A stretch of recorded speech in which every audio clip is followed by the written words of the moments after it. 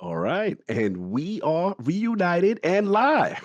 And welcome to the Last Word Campfire, fresh faced evening campfire with the cheetah and myself and Thai guy Travis. How are we doing? Let's start with the cheetah, man. It's been a minute. I haven't seen your face. How you doing, sir? This is not a fresh Yes, face, by the way. This is a little scruffy. a A little little scruffy. scruffy, yeah. Gruff Yeah, McGruff. Gruff Scruff McGruff. McGruff. Yeah. Mm-hmm. No, Scream been dog. busy. Played through the Shattered Space DLC, knocked that out in like almost a day, not because it was in between a couple of other things. Been playing something you'll hear about tomorrow on my channel, so check that out soon. NDA Um, boys, and then I embargo don't know if I can talk boys. about it or not, so I'm just gonna wait till tomorrow and make my life easier for a podcast to be safe. One thing I I would be. can I mean, I can tell you that the embargo doesn't say you can't talk about it. Yeah, we were playing the Ooh, same thing, so it's like ooh. We look can for talk some about it. You can say what information you played. related Well, to. like, so it's kind of a gray area, right? Like, usually if you can't even mention that you are playing it, it'll Mhm, say Yeah, like don't mention that you are even playing this game until the mhm. embargo time. This one simply just says, don't post anything like footage Gotcha. or your opinions or scores. So typically I put that in the realm of like you can talk about it, but it is sort of up to Yeah, he don't wanna get you locked up. and He don't yeah. wanna get him locked up. exactly. One that I can talk about because I think it kind of went public today. I saw somebody else's streaming it.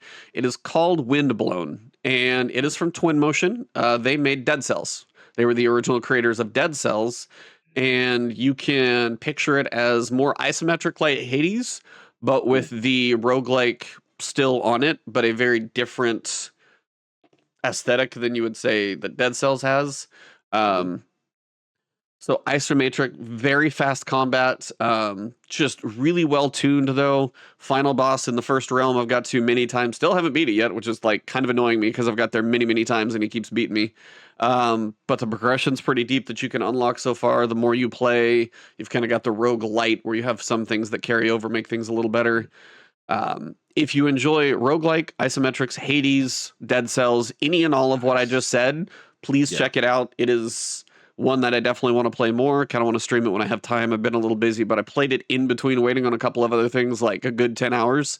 And this is like just the first world, but it's just that loop where is when you start figuring things out because you can have two different weapons, and if you end a combo with one weapon, you do a super move with the other weapon. So it is actually trying to finish that combo to swap to the other one. Mhm. You can like the movement is really fast around like different platforms. You've got like perfect dodges that you can do. It's a combination of a lot of things, but it's still got the precision of Dead Cells. Um, Story wise, not anything like Hades. It's not on that level. Hades is still just one of the elites because it had the combat and the story so well. Yeah. But the combat so far in this one is like Dead Cells tight. Mhm. It's on you if you mess up, and that's always one thing I appreciate. The other thing I did is I 100%ed Black Myth Wukong. Every single boss in the Wow. entire game done and did the true ending. And all I can say is if you play it, please get the true ending because I was Mm, like laughing while certain moments were happening that it was just like almost surreal. This is the first game from Game Science. And I mhm. all I can say is whoever managed the cinematic direction of Oh my some god. moments in this game Crazy. absolutely crushed it. From the opening to some of the true ending stuff that I was doing to the finale, Mm. absolutely amazing game. I mean, I have some nitpicks between like an invisible wall here and stuff like that, but I mean, if their second game or their DLC can polish some of that, it's a 9.5 in my head. Ooh. It's so good. It's on my game of the year list for sure, no Wow, question. even So is with Prince the of Persia, but performance stuff, but everything was yeah, fine with it? Okay, alright, it alright. ran well for me. I played it on PC and it ran well, so that I was never You really worried master about. race boys. You master race boys living well. So yeah, Windblown, excellent. Demo will be coming later this month. Black Myth Wukong, and my advice is I organically went through each chapter. And then at about chapter two, after chapter two, I went to go look and be like, what did I miss? Because Yeah. some of the way the secrets are, you need to revisit chapters after you do certain things. My advice is go look up a boss list, like play through organically a chapter, and then be like, okay, what did I miss? And then go look for it and make sure you check all the bosses so you can do the true ending. Please, if you do it, it's hard. Don't get me wrong. Boss fight was Mm, a bit of a like it was mhm. solid, but the events that happened when you do that sequence of events Yeah. So freaking cool. Like, Amazing. I Wow. cannot Wow. believe what they kind of pulled together and stuff. And then like the finale in the end, some of the stuff. There's moments where like, oh, you go to try and like drink your healing potion. The boss says no, pause, comes and takes it out of your hand. Hey, yo, that's crazy. Wow. There are During the just moments like healing that. part? That's And then there's wild. Okay. one of the elites that you fight, you're like, okay, there's a couple different stances with your staff, and you can do like a big thrust with like an extension of the staff. And the Mhm. guy's just like almost does like a flash, like looks as it goes by, kind of like, no. There's some Ill. smugness to some of the it's just first game from that studio. It blows me away that that game made it to where it is now. It's like there are some imperfections and some nitpicks with Yeah. like invisible walls. It is very linear, but I was like, I so enjoyed that game. So it's like, but the fact that I finished it and that true ending is all I can say is just do what you need to do to get everything. And that's all I'll say without saying too much. So that's what I've been doing. Nice. Cody talk. Travis, Trav, what what's have you been been the way, doing that man? you can talk about? What I've been doing that I can talk about? Reviewing games. Yep. What did I review before the current review I'm on? Can't even remember. I'm trying to remember what it was. Big. Oh, Satisfactory. That's Oh. right.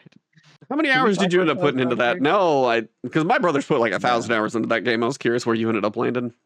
Yeah, I put 135 hours in it. Yeah, that sounds about in, right. 9 days, which apparently that makes me a casual. But yeah, that game was wild. It like absorbed my life for a little over a week, and got to the end on it, and that game's a trip, man. That's a game you could just play for 5 minutes and then wake up 2 days later and realize you've made a huge mistake. Yeah. Yeah, A lot of time in that one, I yeah, think. I could totally understand. Yeah, when you told me your brother had, like, you weren't the first person to tell me scary stuff like that. Like, oh, my brother has 1,000 hours. Like, there was a guy in the comments on Bitcast who was like, oh, I've played that game for 2,000 hours. And yeah, and then when the game came out in like 2020 in early access, I took one look at it and I was like, dude, I cannot play that game because I know it's gonna just devour me. So I was intentionally avoiding it. And when Tom hit me up and was like, hey, you wouldn't want to review Satisfactory, would you? I Like, had to oh take God. I took a long look in the mirror. I looked at my wife. He's got to I just went reevaluate You're like, life. babe, Yeah. do you have any big work projects coming up? Because I'm Yeah. not going to see you for a little while. You need to be busy. Well, no, the funny thing was my brother, I think, heard the podcast before you started it. And he was like, oh, I've got like 1,000 hours. And he sent me a link to like a calculator. And I'm like, any game like that where you're building and like conveyor belts and everything, and there's a calculator involved, I was like, oh crap. Well, here you go, Travis, have fun. So the calculators are for like people who are trying to play the game efficiently. Yeah. Because I needed to get through the game, I could not play efficiently. So I built the most insane factory ever. Like I didn't if you watch the YouTube video, all the comments on the YouTube video are just raising me because I didn't use like foundations. Like I didn't build any floors. I just put machines on the dirt and on the rocks and in the wild. Just And wherever you could get them. Yeah, I connected the conveyor belts in insane ways. They're like clipping through each other and doing things that like This is like a game made for people with OCD who are like all about 100%. like, order, and they get satisfaction out of like making things as efficient as possible. And I definitely have that aspect to my personality, but usually that aspect of my personality applies to everything in life except for video games. And then I use video games as like an outlet for my chaos. And so when I saw this game that was designed for like a OCD person like myself, I was just like, I'm going to go as hard in the other direction as I can.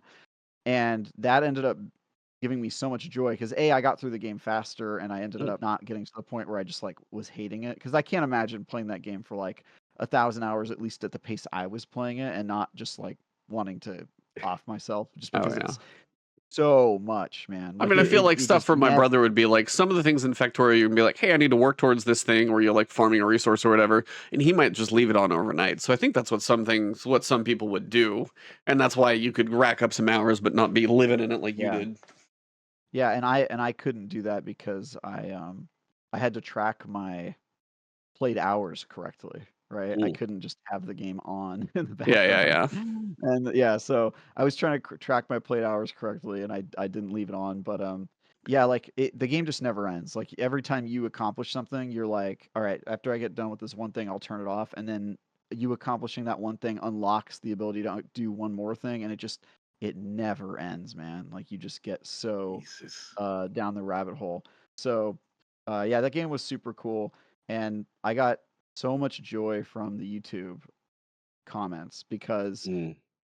I leaned so hard into the chaos. I knew it was going to piss people off. I played alongside the guy in the Bitcast comments who said he had played 2,000 hours. When he told me that, I like got him a code and I was like, we're going to play this together because like Right. you'll be my guru and Yeah, yeah. we'll get through it together.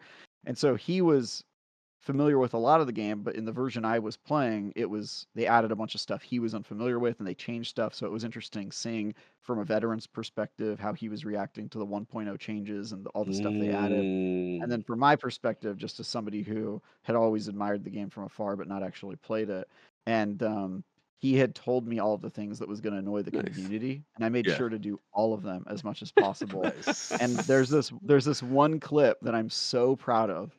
And I made sure I like told the video editor, I was like, you have to put this in here. And it's a clip of me connecting a conveyor belt, Mhm. and there's two slots I could put the conveyor belt in.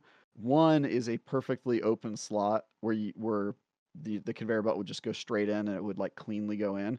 And the Mhm. other one, it would clip through a whole bunch of stuff and just be extremely sloppy.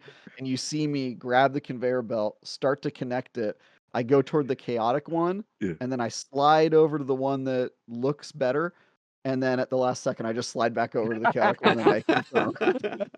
And people were commenting like no, yes, no, no, just their reaction to me Oh, that's perfect. completely The messing around. chaos. Yeah, and Oh my goodness. I was reading those comments and people were just losing their minds and being like, yeah, this is why IGN shouldn't be allowed to play games and just Oh all this my stuff. god. Yeah, but what did you score it as? Here's the key. What'd you give it? I gave it a 9. Exactly. Like that's Extremely good that's the game. difference is you still Wow. appreciate the game doesn't mean you can't have a Yeah. little fun with a video edit. Yeah, Mhm. and to be clear, we did make like factories that were actually that looked better. None of them were like amazing because again, I didn't have the time to play 1,000 hours, but like we had some facilities that were like pretty orderly. Like we built this train station that was super efficient and yada yada.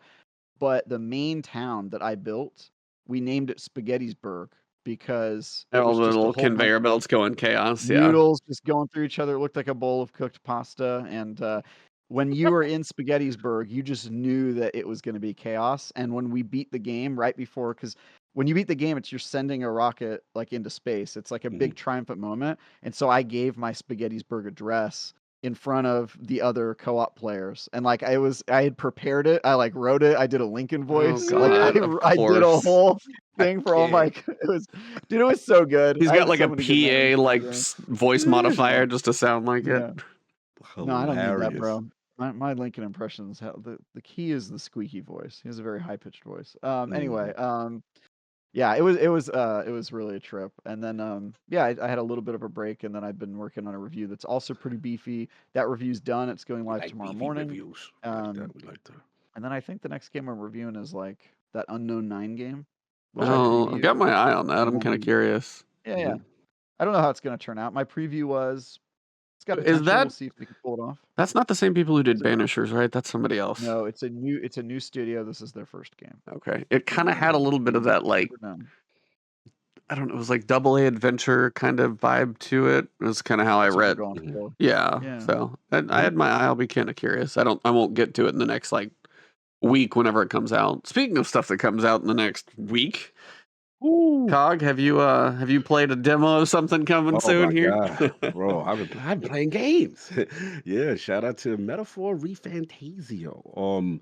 So I saw that preview Is that the events official before. pronunciation? Because I don't have a clue. I don't know. You know, Okay, I was like, I don't it's know either. kids with blue hair, and That's fair. Yeah, just make so it up as yeah, you go. That's fine. So it's an even, is what you're yeah. saying. So it's the Atlas guys. You know, makers Yeah. of the Persona series, highly critically acclaimed, and Craziest like, UIs that I've ever seen. oh yeah, some of the most stylish UIs that you've Yeah. ever seen in gaming.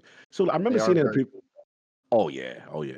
So I remember seeing it at preview events, and I'm like, all right, this is cool. But they got you like far in the game, and you're like, I would say mid to end game, and they give you all this equipment and stuff.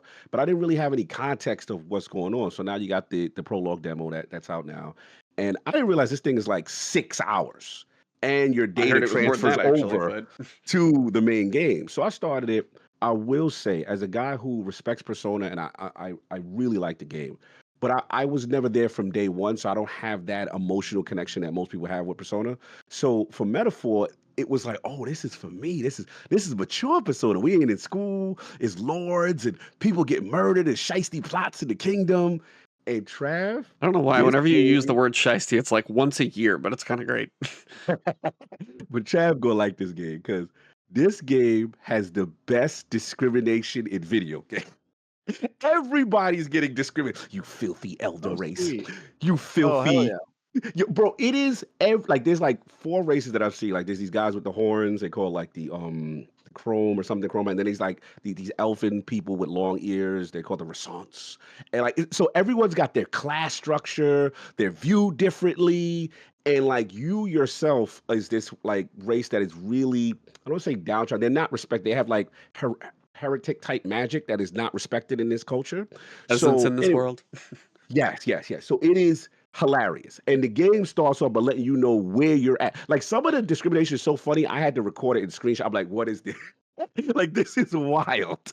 So anyway, but the thing is like a play on like fantasy and I think it's a game within the game where it's like they're telling a fantasy, they're telling a tale and what a world could be, and they don't like what the world currently is. But long Just a story short, realistic portrayal of Japan, I think, for what I can tell. yo, Present day. it's deep. It's deep. But I will say, like, the combat this is the next level of a turn-based, like JRPG goodness. They got rid of the thing that I hate for Persona when the main character dies, then the whole thing is a loss kind of thing. They got rid of that. I feel like I'm used to games when you play and like say for example you go through the map and you kill all the enemies and stuff like that, and then you use your potions to get your MP back, or you go to the when you rest at the town or the inn, you get your health and MP back. Oh no, not Metaphor. Metaphor, everything is strategic and the dungeons are a grind. Like it is, you have to make strategic decisions whether to fight or not. And then what I like, they also have this kind of like real-time combat. You can avoid situations if you're stronger than someone. You could one hit kill them in this kind of like real-time mode, or it basically gives you an advantage when it jumps into turn-based mode. So it's like these really cool ideas that they got going on. The game is dope. The voice acting is top notch voice act. I'm very impressed with this game. So yeah, I mean, I barely got through the dungeon was pretty difficult. They have a day and night cycle with certain activities and events, but it's impressive, man. It went from a game that, all right, I'm interested in, I have my eye on it, to now like, oh no, this is one of those that I have to get. Like this might be a goatee if they continue with this story and continue, with the great gameplay. So yeah, Metaphor Ring Fantasia, very impressive. So I'm doing that. Second, obviously, big Tekken guys. So the new DLC came out. It's so ridiculous. Hayachi's back. This character who should have Yeah, been I dead. know. He was dead. So it's Absolutely a little weird. hilarious. Yeah, they have story content for DLC for the first time. So they're taking out of Mortal Kombat's bag. I thought it was decent, just rushed. I just felt like, man, yeah, really rushed this story just to try to They're just bring this like, here's character a new back. character and Yeah, kind of why. right. And to their credit, they added story. For the first time, the DLC characters are actually having stories, so you could tell what they were doing during the main campaign. So I blazed that in for like 2 or 3 hours. That was nothing. And then, of course, Shattered Space. I say that for last because I got so caught up with Metaphor. And right now, it's okay. It's nothing major. It's more Starfield. Basically, this is a factions quest.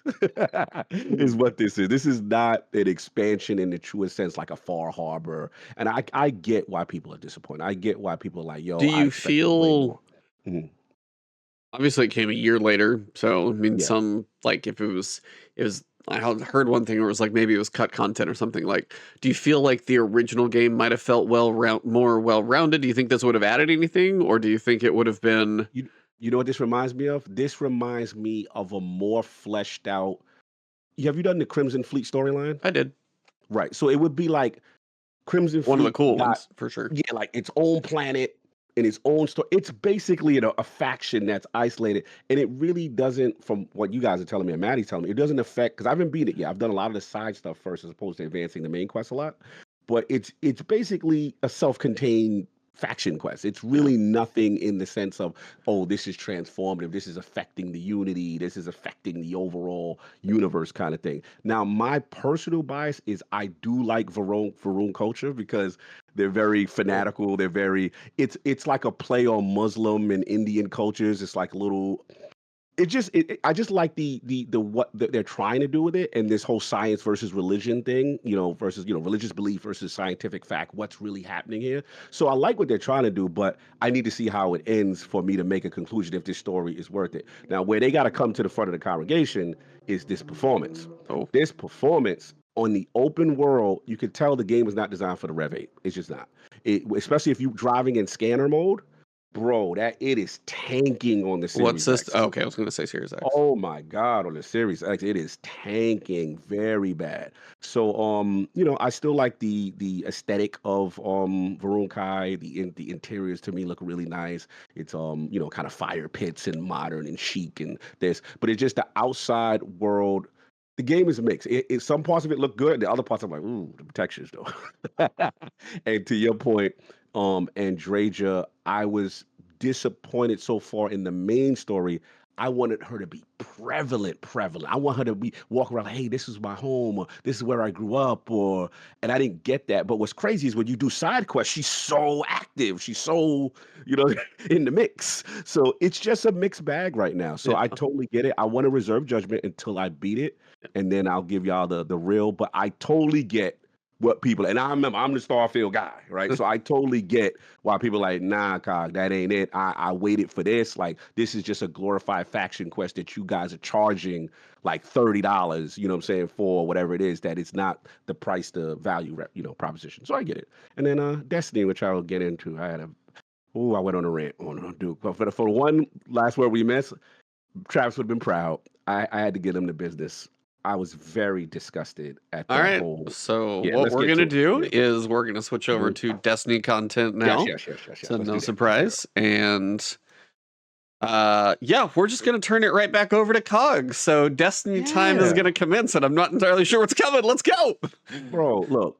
Y'all know I love this game, even when it's the foolishness. It's the seasonal content. It's I'm like, all right, I'm tuning in. It's tuning in this week to see, and then I'm out, right? So I know what I'm getting into. It ain't gonna be nothing substantial. This ain't no expansion. Okay, boom. I start this thing. So I'm like, all right, let me catch up because I want to get ready for Revenant. And I haven't really done anything. I haven't been enticed to play this game. I really have no desire to play this game at all. Fire this joint up. So I guess in, I'm like, all right, what we got to do? So you get through a certain part, and it's like, okay, you can't advance it anymore. You have to do the exotic mission. First of all, Bungie, stop. Do not put the advancement of the story locked behind this end game content that a majority of people can't do. And I'm a decent Destiny player, and I'm like, bro, this is a lot. Then trap, bro, why they want you to run this mission 8 times? Like the same content. Like, bro, I am a stickler for running a strike or the new activity here and there. Don't make me run this thing 8 times just to keep advancing the story. And then the sad part is the story. There are parts where it's trying to do something cool with Maya Cinderesh, and I like the part where she trying to find her version of homegirl, and she keeps murdering them.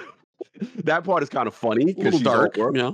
But it's like, bro, don't be locking all of this, and I gotta keep running this stupid mission every single time. This is the laziest, worst locking of a narrative behind, content I've ever seen. Like, this is extremely lazy. Like, I was like, y'all didn't have anything this season. And I was disgusted. It was to the point, where I had to, you got the NES 004. I was lining them up because I missed all the weeks, so that I didn't have to run it 8 times. I just ran it like 3 times, Yep. and then I was able to get everything at once. But yeah, it was bad. Like, I can't defend this. Like, this was so bad. Like, Curse of Osiris was better. Like, that's how bad this was. Then we get to the end, and I'm like, I all love right, Travis's face. If you're listening to this on audio, go look up Travis's face. this Recording episode- timestamp is probably in the realm of 28 minutes. this episode stuff was a glorified worst season. this. I don't know why they even call it episode. This was season light. Like this was bad, bro. And I got to the conclusion, and I'm like, that's it.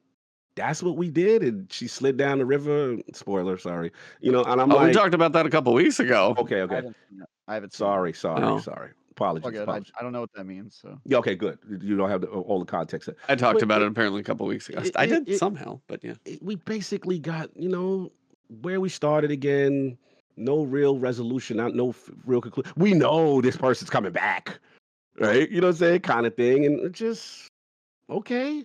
Like this was a complete miss for me. So I was just like, man, I will say the best part of this whole thing was the gun. The gun is actually pretty decent. I do like what is it? Ammo's going to get wire- nerfed on it, but yeah. Yeah, they're gonna nerf that, of course, because we have too much fun. But yeah, no, this was not a go. I don't ever want to see this content from Bungie again. Don't ever do this. And hopefully they take the feedback based on what I saw on the screen. Card shoving his nose in it, saying, "Look what Yeah. you did." I didn't like it, man. I was Rub the nose. Not anymore, bud. Don't do that. So that's it. So That's where I'm at. it's funny that you say Curse of Osiris is better than this, Yes. because I think Curse of Osiris is pretty bad.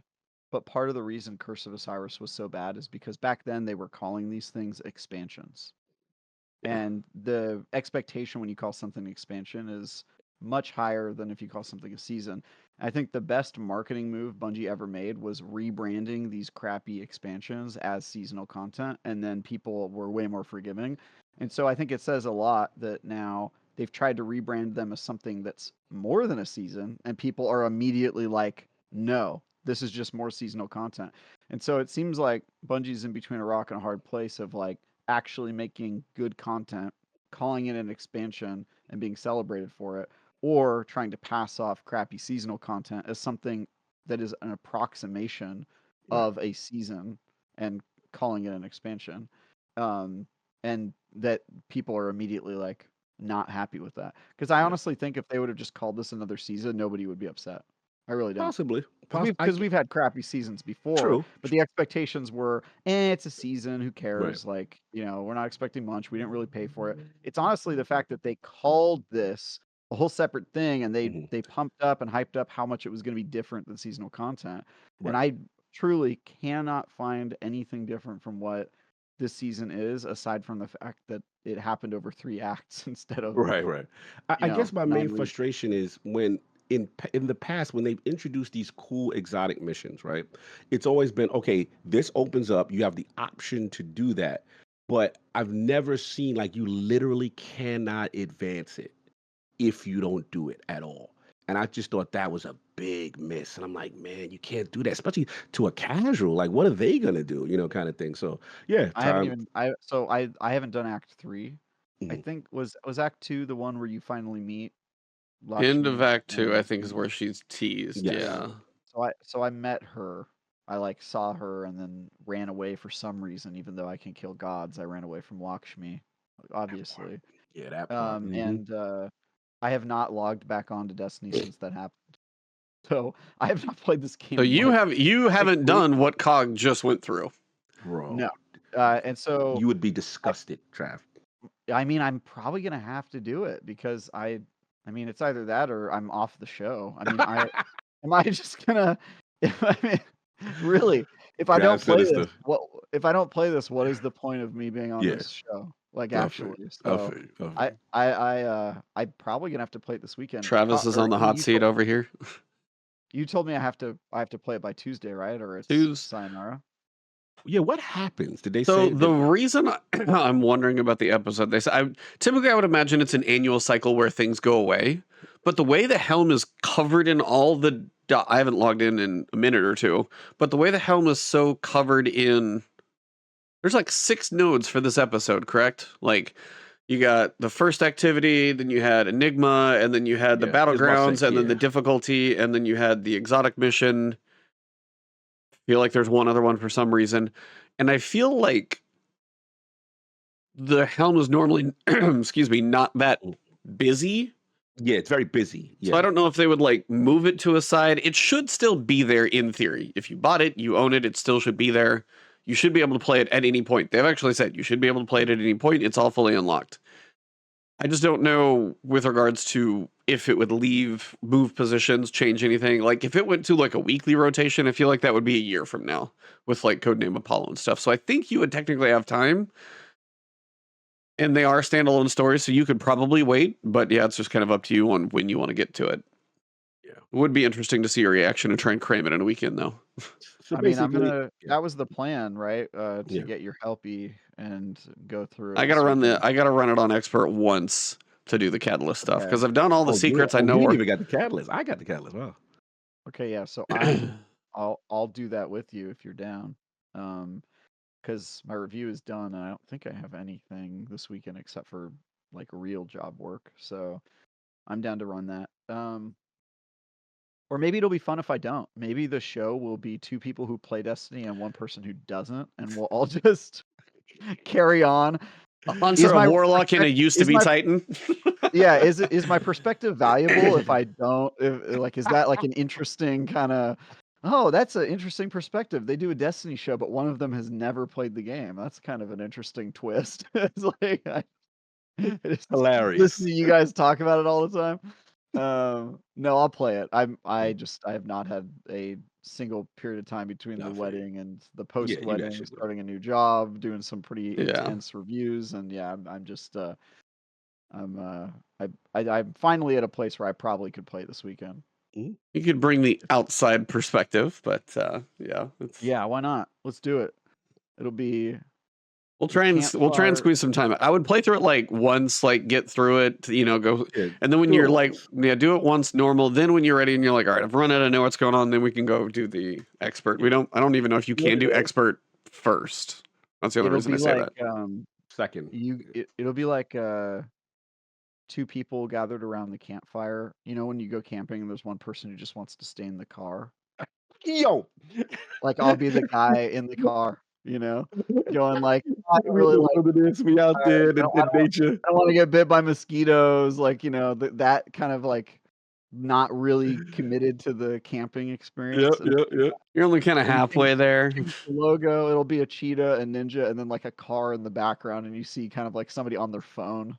Like just like not really invested in not really engaging. That's hilarious. Yeah. I like that analogy. Or maybe I'm just like FaceTiming in. Like I refused to come, but I still want to hang out, so I'm just like FaceTiming you guys. Yeah. Have a phone and you're on a phone mount, like. Yeah, I'm just on a phone mount, like, hey guys. G-Man stupid. Like I wanted to come for the guys trip, but I just couldn't go outside today. He said, G-Man said Travis is too busy with his own romance to pay any attention to Saint 14. I know. That's fair. What does it say about me that this is the only season I refuse to participate in? Do I have some like unconscious bias? This is a good one. Yeah, is there some reason I was like, I think I've had enough of Destiny right now. I have a good I was like, I have a good line, but I'm not entirely sure I want to say it. Do it. Travis only shows up for quality content. Oh, shots. No, I mean I expressed it before. When I finished the story, I'm going. Come on. You told me that. Yeah, I was like, I actually think it's a terrible use of all the characters involved. Saint 14, who has had, gotten the short end of the stick since they brought him back, and then Osiris, who's had terrible depiction in the game from moment 1, like basically since they introduced him in Destiny 2. So I feel bad. Cog pulls for the underdog. That's what he does. I love this. He's a cool character if you read the lore. He just sucks in game. Anytime he shows up in the game, he's terrible. And the game is he had a cool cutscene where he fought in like the Vex thing, and that was about it. So. And then he's been training us Rocky style to use Strand ever since. That's Osiris we know. Yeah. I still think of that moment, by the way, and I have like an out of body experience that was in a Destiny expansion. Like it's like so bizarre to me. Come on, Guardian. They put a training montage, like movie clip. Bro, in the we game. were spinning around that room. And it's not like it was in a season. It was in like a mainline expansion. Like they made all of the casuals play that. That's like insane to me. He was inspired. No, Fred. That was his most. Yeah. That was the thing. I I honestly think that's the most embarrassing I think thing. I think Bungie has ever these done. words The right most here embarrassing- are why we were not invited to preview Revenant. Right here. What was embarrassing on Saturday said that with Brother Vince. Remember Brother Vince? That was when he had a fanatic. He had his own fanatic that Osiris didn't even talk to and respect. That was he was hilarious. right over there too. He was on the same tiny planet surface, and he couldn't walk like around the block to go say hey to his biggest fan in the universe, and he just leaves him stranded over there. Disrespected the Pretty Sims, sure man. Brother Vance vaporized into something. He's not doing hot. No, I mean, Vince. honestly, Brother Vance is lucky. Never meet your heroes. I mean, look how we think of it. I mean, you know what I mean? Like Stalker Vance in chat. That was pretty good. Oh, Anyway, man. that's probably enough Osiris slander, but no, I do feel like this season was bumpy. And unfortunately, it didn't land either to me. And that was the problem is like, if you have a self-contained story, it still needs to have some like kind of through line of plot events that happened. We ended up exactly where we started. She still has the echo.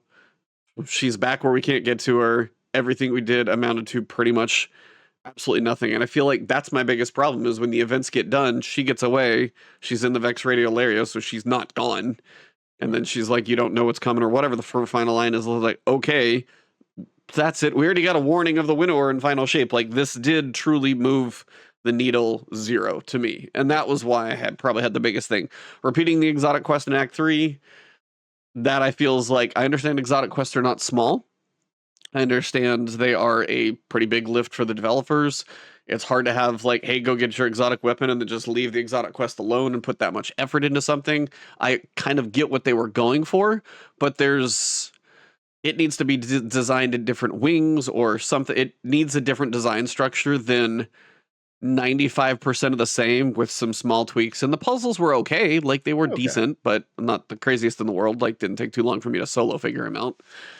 So, I mean, kind of at that point, yeah, it's just nothing.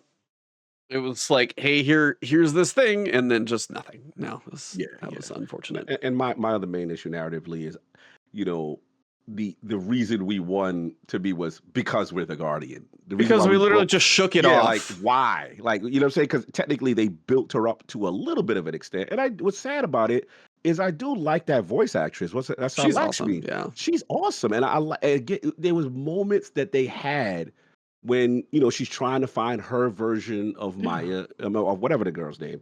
You know, so Maya was trying to find her. And I was like, Stioma, I think. Cool. Yeah, whatever. But it just, it was just a miss, man. But yeah, it was like, what happened? To be like, I overpowered you with what? Your willpower that you do or don't have sometimes, but not the others? Like, that's... Basically, the storyline, Travis, is you trying to go back in time to find your version of D. And then you be like, all right, so this version D, what did we do on the wedding day? And then D said something slightly off. And then she'd be like, degassing, poisoning, killing off D. Like she was going through every she puts him in an exo body and kills him. And kills him. So that part was dope. You had to wait for every exotic mission to get to this part. But so the idea was cool. She was so wrapped up in her version of what she thought, she lost herself. And that part was cool, but they just executed so poorly. I was like, damn, missed opportunity. Because their voice actors did a fantastic job. That's too bad. Yeah, the voice work's never an issue. Like that's not the problem. So I can't even imagine what Bungie's going through as a studio, but I can't imagine that these good ideas are getting all of the production support that they need to turn out well. Yeah, that part. Yeah. So as we have wrapped up episode 1 and put that on the very low part of the tier list, not sure what the grade is, but it's not the best. We got new information about what is to come, and that started with the Destiny 2 Revenant Act 1 reveal stream. And in the reveal stream, we got a tease about the narrative, and we got some concept art kind of about the planets for both like Apollo, by the way. We got a tease of what's coming with Apollo that kind of jumped ahead a little bit to that. They also spent a lot of time saying that Onslaught is getting a rework. So new defenses, like different rewards, obviously, from it. 3 new maps. One of them was... I can picture the map, but I can't picture the name. New enemies, so you're going to have Widow's Court? Yeah. Or no. The PvP one. Right? PvP one with long sniper lanes. I'm like, but it's like a box, but you got long, Widow's Court, okay. Church. Yeah, with the church. So we've got new enemies coming through. So you're gonna have like say Scorn in there. They redid some of the old Onslaught maps to kind of get them updated with the new stuff. The big one out in Cosmodrome, they kind of refined that one, it sounded like. So they put some effort into Onslaught to get it updated to where you've got, turrets that can now do scorch damage and stasis trip mines. So those are upgraded and have a little bit more value. Yeah, all we was doing the Shax bot. Oh yeah, 100%. Everybody invested in Shax, and that was it. And they're going into just they spent a lot of time on Onslaught. It was early kind of what they were talking about. They talked a little bit about the potions that we're going to be dealing with. They're going to have these tonics that are both for combat purposes, kind of boosting the artifact benefits that you can have, and then also kind of like reward specific ones where if you want to go almost a tuning towards, say, like a specific weapon or something like that you're going for. So you've got different tonics that you're going to be working on for the season, and this is kind of the whole thematic piece behind it. And then, like for example, tonic which gives the following effects for 60 minutes, reduces the incoming damage from combatants that are at point blank range, and it's going to boost artifact perks. So, like for the thick of it, while you are surrounded, your weapons have increased handling. Swords gain increased charge rate, and then curative orbs. Picking up an orb of power grants elemental pickup grants you a small amount of health. So it's all like if you're leaning into a more close range build, you can do it that way. And there's different rarities of the tonics. Probably is going to be more on how long the effects last and how strong they are. Same thing on the rarities of loot. It looks like you've got either exotics or exotic engrams, and then kind of specifically going for all the different ones. I'm just trying to like skim through the stream here. They spent Onslaught on the screen for quite a while. They were working on that one. They did go over some of the artifacts. A lot of grenades, a lot of stasis, I feel like, coming with the artifact this time. That's like the big thematic thing for the Slayer Baron Apothecary Satchel. That is the mouthful that is the artifact. Very vampire-y, fallen. Vampire Hunter. The new exotic, by the way. Looks like Diablo. Kind of Diablo energy. Yeah, it's got the... Yeah, kind of a little bit of the gothic nature from what we're seeing. They kind of covered the season pass exotic. So it is a primary ammo stasis grenade launcher. So it's going to be kind of the other slot 2 fighting line, it sounds like, if you want to go in that direction. Cool. So grenades are going to be a thing we're going to be dealing with a lot. Fighting line was a vibe, dude. Yeah. Oh, yeah. Very skilled weapon. That was a whole period. What was it? It was sidearm and fighting line, I think. Everybody was rocking. Oh, hell yeah. Hell yeah. Ping one around a corner and combat trials or whatever, and then just blap them. Yeah. I wouldn't even get mad. I got killed. I was like, yeah, all right. That guy's nice. Being as it's Scorn and Fallen-ish, we'll be working with Mithrax on this episode as kind of our main NPC amongst, I'm sure. Oh, also Crow's in there as well. Crow and Mithrax. One where they're bringing back Icebreaker? Icebreaker is guaranteed dungeon exotic reward for contest clear, I think. Somebody tied to the dungeon. Guaranteed Icebreaker. If you clear it on contest, you're guaranteed to get it. So is the contest like the first 2 days, or can you do? So contest is the first 2 days. The way contest, I actually was talking about this with chat when first it came up because I didn't know. Contest will be active for everyone until the first 3 teams beat it. So they're doing first 3 teams to clear are going to work as winners, which will be like. Well, and then it will be there for the weekend, so you still have the option, but the normal will turn on. So you'll have the option to, which is what I was hoping for. I was like, I don't want to wait 2 days just to go play, like work on my solo normal guide, because I'm not going to go do a contest guide that's gone. So after the first 3 teams beat it, which is probably going to be a few hours with teams like Salta Greppo and the other crazy people out there. So like when they're done, give it a few hours, check out the mechanics if they stream, and then after that, you'll be able to go through in a few hours. Contests before? First time they're doing it. Yeah. So this is the big piece of content. Destiny. Describe it to me in Fortnite terms. I like this. You funny with this angle. So this is one of those like start of season events, definitely not a season ender. Got it. Yeah, so that is the new dungeon. It looks to have obviously some Vexness to it. I will say the artwork. Not even the artwork for it. Yeah, the artwork's a big Vex portal. Not entirely sure what's going on. They're not going to tell us much, but the hoodie for it, actually, kind of clean, bro. I kind of like it. Normally, bro. and it's got a zipper, so it's even on the table. It has a zipper, so it's on the. I don't do pullovers, so yeah, it's got a zipper. I'm with you. The reason I don't do a pullover, and Travis is giving me a look, I want to be able to unzip it so I can get like air. I get hot easily, so I don't want to have to like take the pullover off. I want to be able to like get some air or take it off. Yes, thank you. My two co-hosts are looking at me like I'm crazy. I'm not going to judge your body temperature or fashion choices, either one. Every day, all right? Yeah, you wore a suit in Florida. I have no room to talk at all. Yeah, true indeed. So. Too buff for a pullover. That's really not the issue. They make large size pullovers. Yeah. That's why I was giving you a look, because I think you're like, oh, I just can't really deal with pullovers. My arms don't have that degree of movement. They're just no, it's literally not that. It's never that. It is truly just hit my head. It's the same reason. It's the same reason I don't wear sweaters. Is like I don't want something that's like I will wear the thinnest thing in a jacket. So as soon as I get indoors where it's a reasonable temperature, I will take the jacket off. Because I get warm very quickly. You live in the wrong state for some reason. That's what it is. Yeah. I live in an air conditioned house and I pay for it, and that's my choice. I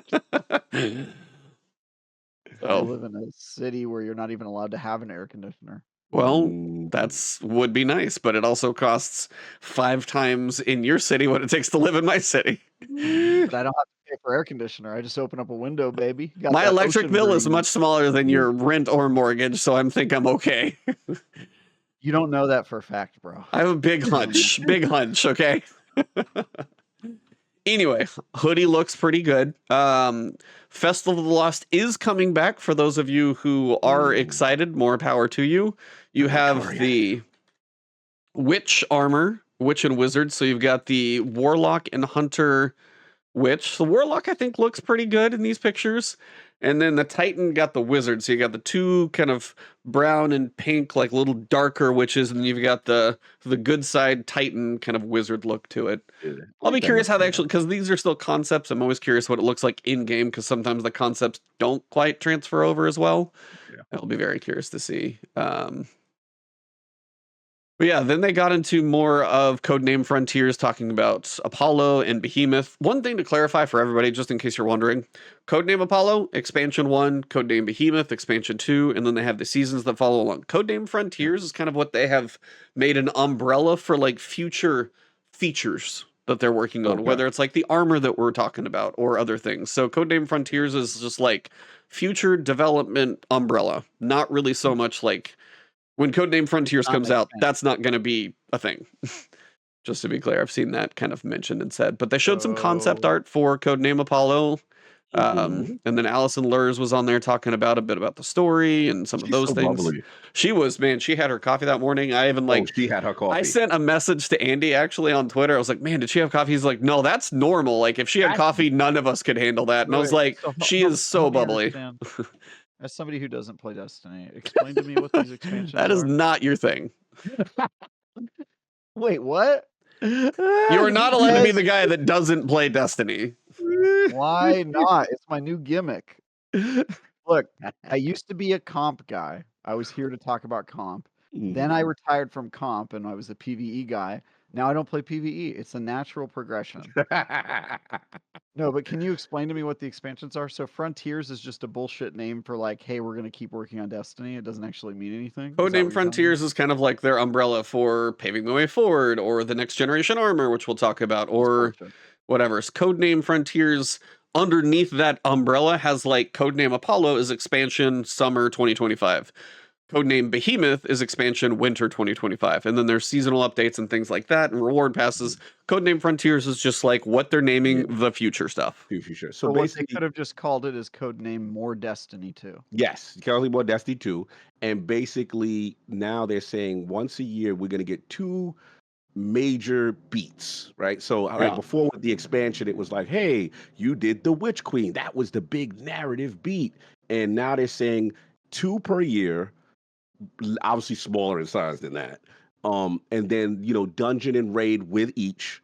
and they want to have these two narrative beats, and then they're exploring with the way they deliver the narrative. One of what was it, Behemoth or whatever what it was, is that's the one they said is gonna do the Metrovania one, So are there and Oh, gonna be the heresy seasons one? in between yeah, the expansions, or are they getting rid of seasons finally? doesn't think so. Oh, the Season seasons are one still would, going to be there. yeah, Those are going to be okay. So they have it covered to where expansions are going to be new stories and new locations. And they mentioned this as kind of like a scale. They said, think of these expansions as Rise of Iron sized. yeah, So that is your kind of mental picture for you get 2 Rise of Irons per year, yeah. ballpark.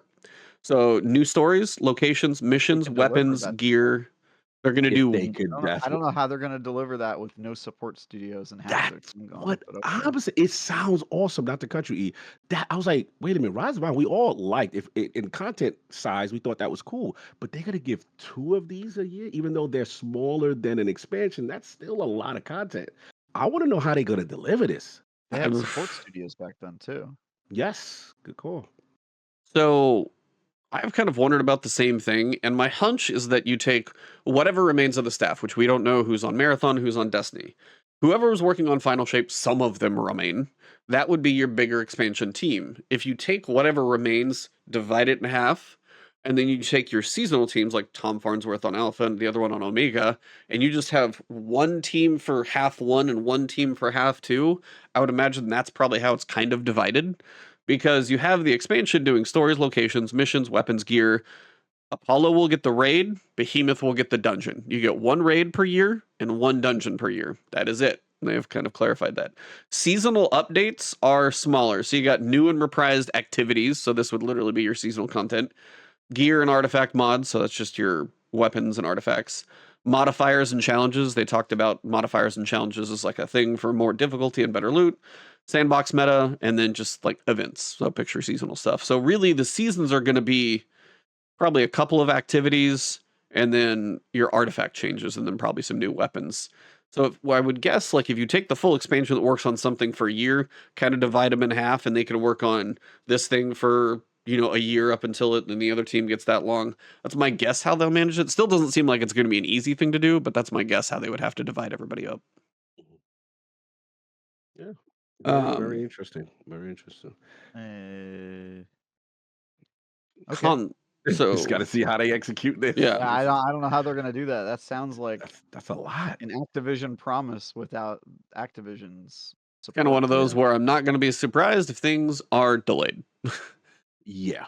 I mean, Yeah. I'm okay with that. Honestly, when they announced Frontiers, I hoped that that meant that they weren't going to try to keep forcing out content on a regular schedule. I had hoped that that meant they learned their lesson from Lightfall, that like sometimes you just need an extra year and it's okay for people to take a break from Destiny. And I really thought, after a couple episodes, we were just going to hear, hey, we're working on something and it'll be ready when it's ready. And it sounds like they're doing the opposite. They're like ramping up and being like, we're going to do it twice a year and it's always going to have this. And I don't know if they can actually meet that cadence. I have serious doubts that they can. And B, even if they can meet that cadence, doesn't that put us right back in the place we were before, where we were worried about these things being too formulaic and predictable? I mean, the fact that we know we're getting 1 raid and 1 dungeon in each expansion, and they all have the same kind of like vibe and progression loop to them, and I just don't know.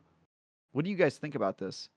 Is it enough for Destiny 2 to be just good now? I think It's a it good. Okay, I'll let you go. I think it has to be for the situation that the studio's in. I Has to be don't enough. good it has to be enough because they can't pull a Destiny 3 out of their butt. That is not in the cards. The Marathon team would have had to been working on that for the past 4 years. So they're in a situation now where still this is the only thing that is technically making them any money. Marathon still is a thing that is in the works and we don't have a date or a preview or anything for that. You hear about a playtest every 6 months, but that's about it. It's a thing that's going to come out, but it is still an unknown. So I feel like they have to make the best of what is there. I don't know if the timelines are required.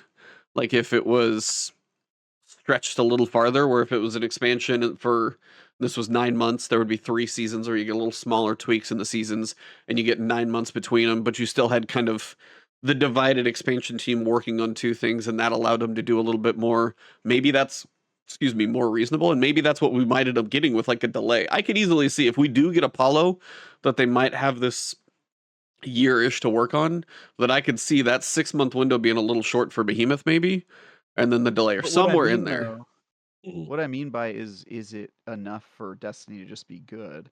Is that we know Destiny has these problems, like even when it's amazing, that it's not selling that well, right? Based Right. on what we saw Financially. with Right. Final Shape.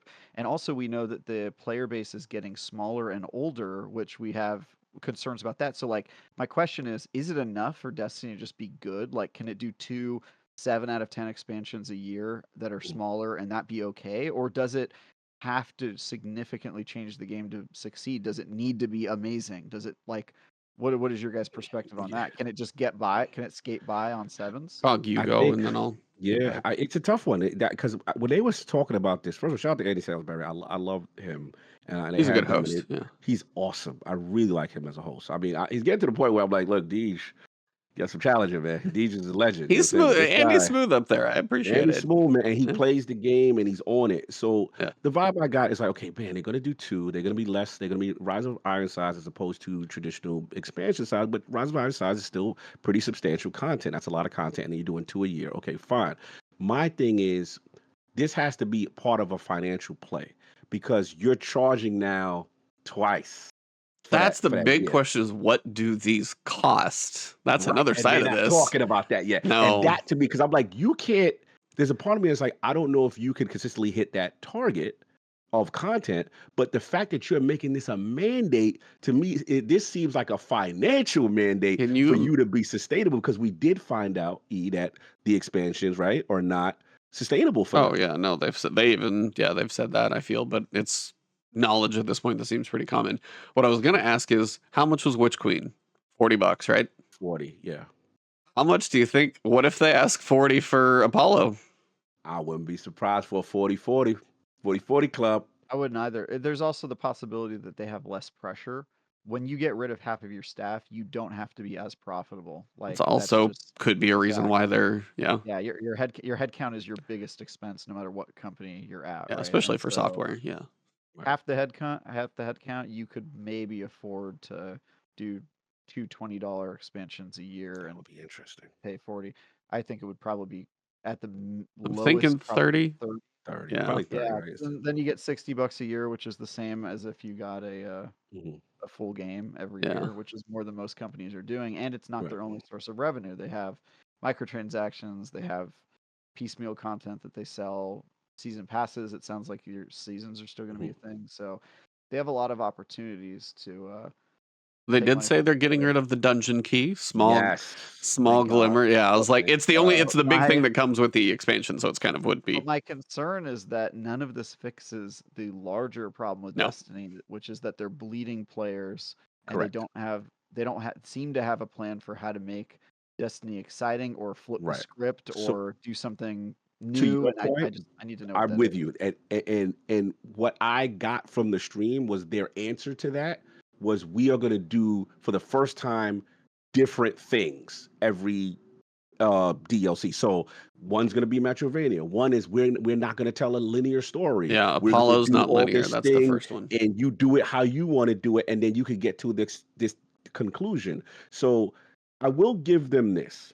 I did for the first time see risk taking in terms of, hey, we're gonna give you different styles. The best thing they said on that stream was no more of point A, point B, do this, speak to vendor B, come back. We recognize this is garbage. You don't like it.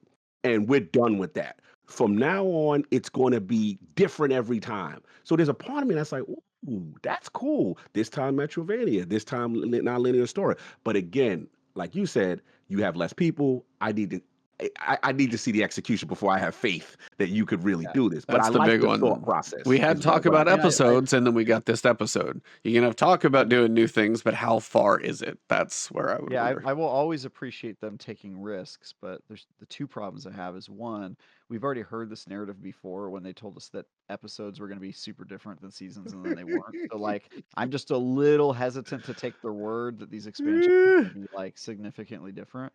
And two, I don't think the biggest risk they are taking right now is continuing to bet on Destiny 2, in my opinion. I honestly think Mm. like that's the risk, right? Like if they were, I mean, we were talking last time I was on the show, which was like 6 weeks ago at this point or whatever. But last time I was on the show, I was saying like they should just stop supporting Destiny, focus on Marathon, and then if that's successful, then they can use that money to build Destiny 3. And I'm still kind of on that team of like, you need to start a whole new game, and if that's going to take you 5 or 6 years, then you need to focus on another game to fund the Right. possibility of Destiny. I'm just worried that Destiny 2 continues that it either continues to just be stagnant or it even goes down. And that if Marathon doesn't hit, that's game over, Yeah, that's a That's fact. the right? big one. Yeah, there's a I just lot of Yeah. pressure on Marathon now to Hell yeah. allow this. That would be a thing too. Is if you're saying if Destiny does get to a smaller maintenance mode, and then if Marathon has success, Sony could probably see the investment to maybe saying, "Hey, if Destiny could limp along for a couple more years, let's start building D3. Have that be something we could release.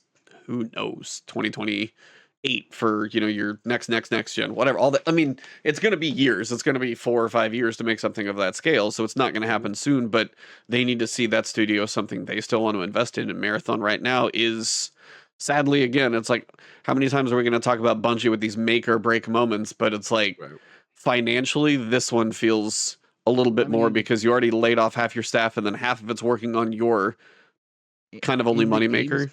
in the games industry, every game is kind of a make or break moment, unless Oh, you're like yeah. Activision or Microsoft. But like, if you're a small studio or one that's trying to maintain independence from your corporate overlord that just acquired you and says that they're going to take over your board if you don't make money, every game is. I mean, it's the same thing. Like every election, they say it's the most important election of our lives, and they're like, true. That's true. It's just every game you release is make or break. Like this stuff is important. So I totally empathize with them there. I'm really surprised that they're just continuing on this path. Yeah. Yeah. Looks like what's your man name? Tyson Green, I believe his name. Is that his My name? man, Tyson I Green is mean, running Destiny, but yes, yeah. I that mean, I is. mean, the OG. I have Apparently, never he's an met the OG. man. I would be happy to sit down for a chat with him, but man, that would be a hell of an exclusive because I thought you were BFFs. he doesn't Yeah, talk to like anybody. The fact that I think he talked in an he's in the article, twins. he's in one Yeah, of the twins. I he's was in the surprised at twins. I that. see. Yeah, He's outside. the I'm like, elusive. okay. Yeah. They're going, they're trucking for it. But yeah, I'm with you. I have the same concerns, and we got to see how it plays out. Yeah, they talked a lot about they kind of showed the two concept art pieces of New Destination, where you've got obviously different humanoid looking figures and kind of almost a different society, separate from where we Yeah, currently are, but with a little bit I of like that one. throwback in symbology. I'm sure Bife would probably see one of the symbols that looks a little familiar. Oh yeah, So there's something in there where there's going to be a tie, but it's new. Destination does look kind of unique from just the two sets of art that we've seen so far. hmm Um, and then, yeah, Allison literally talked about how, as you said, you could go to point A and then D and then B and then C if you want to do the things in whatever order. And you'll eventually still, as you do certain number of things, you'll probably unlock other steps and work on moving things forward in this kind of wider arc of how you can choose to get through it. It is a saga that they want to tell, so at least, as opposed to episodes, it does feel like there's going to be a bit more of a future of like one story will lead into another, will lead into another, but they are trying to tell them in a different way from, as you said, between Metroidvania or nonlinear stories and other things of that nature. So a lot of talk right now. They've got a year to try and put Apollo together and see if they can surprise us. One of the things they're trying to do for Codename Frontiers at some point, they want to mess with armor. And armor, they I dropped an am here for entire you. article armor. I They, am you're dying. This dying. is what I waited for. I was like, this. I can't wait. I want to know what he thinks about this. So they said they wanted to rebuild armor. It's like they've been listening to me for years. TLDR. Arm will be more active in interesting part of build crafting. Stats will be reworked to be more impactful, less confusing, and less constraining. Set bonuses. That took a minute or two. Will be It's like they introduced. listened, Yeah. I'm not the first person who've done set bonuses. Have been around, I'm pretty sure, since Diablo 2 might have been the first one, and I'm Yeah. sure they weren't even the first if there's some game historian out there. They even teased the set bonuses with some of the seasonal stuff, and they were pointless, but they technically existed. Mhm. Anyway, Stat bonuses will be introduced to give individual armor sets more unique identities and build crafting elements. So they said the problem is, since Shadowkeep, basically nothing has changed. And it's true. Not like you get a set of armor right now, and outside of just infusion, which is just aggravating, there is no point in changing it out. If you have your stats, you have your loadout, you're good. There's nothing really that matters. So the first thing with armor is rework stat mechanics. Stats will no longer be tiered every 10 points. Thank God. A stat should just matter. If it's 1, 10, 25, whatever. Every point will provide benefit. This change is intended to reduce the lock-in effect that happens when you fine-tune. So if you're at 99, you're still going to get the benefit of 99, which is appreciated. Stats are capped at 200 now. With the range from 100 to 200. So like 1 to 100 would still be right now. 100. Every stat cap's at 100 currently. So if you get up to 100, that is the lowest cooldown for typically cooldowns. Are they increasing how many stats an armor can have? Is that the So they're doing it in a different way. They're actually having less, but they're going to be like bigger chunks, I think. Okay. We'll get there, believe. And this is the thing where it's like, I have armor skepticism. Armor pieces have less stats, but the cap is higher. Correct. Here, I'm going to send you a link so you can look at this while I go. Yeah, I also have timestamps in Somebody there. who doesn't play Destiny, explain it to me like it's Balatro. Balatro is really hard to explain in like one sentence, man. Explain it to me. Hard in game Balatro road like. terms, what would be the equivalent of this? So hold on, I'm trying to see if I can do this. So your armor, I feel like, will be more like Jokers, to where each piece will have more value, and if you can get a good set of Jokers together, you actually could have stronger benefits if you lean into one thing.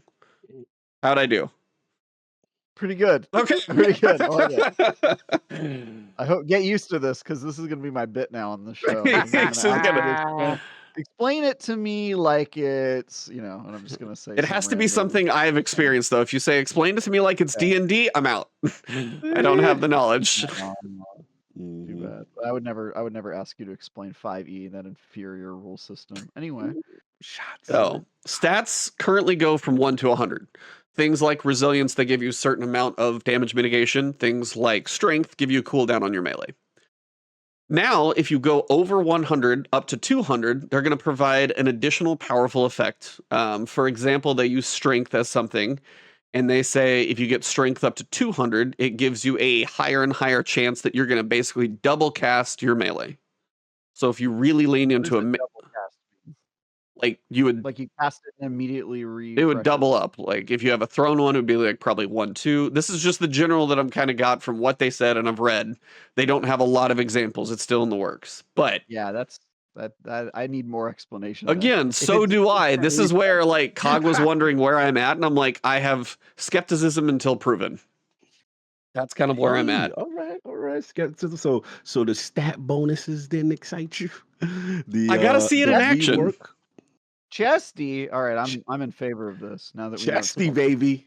Okay, so they have like a brawler set. Armor archetypes have extreme. So this is like the brawler armor. It comes with 30 strength, 20 discipline, and 10 intellect.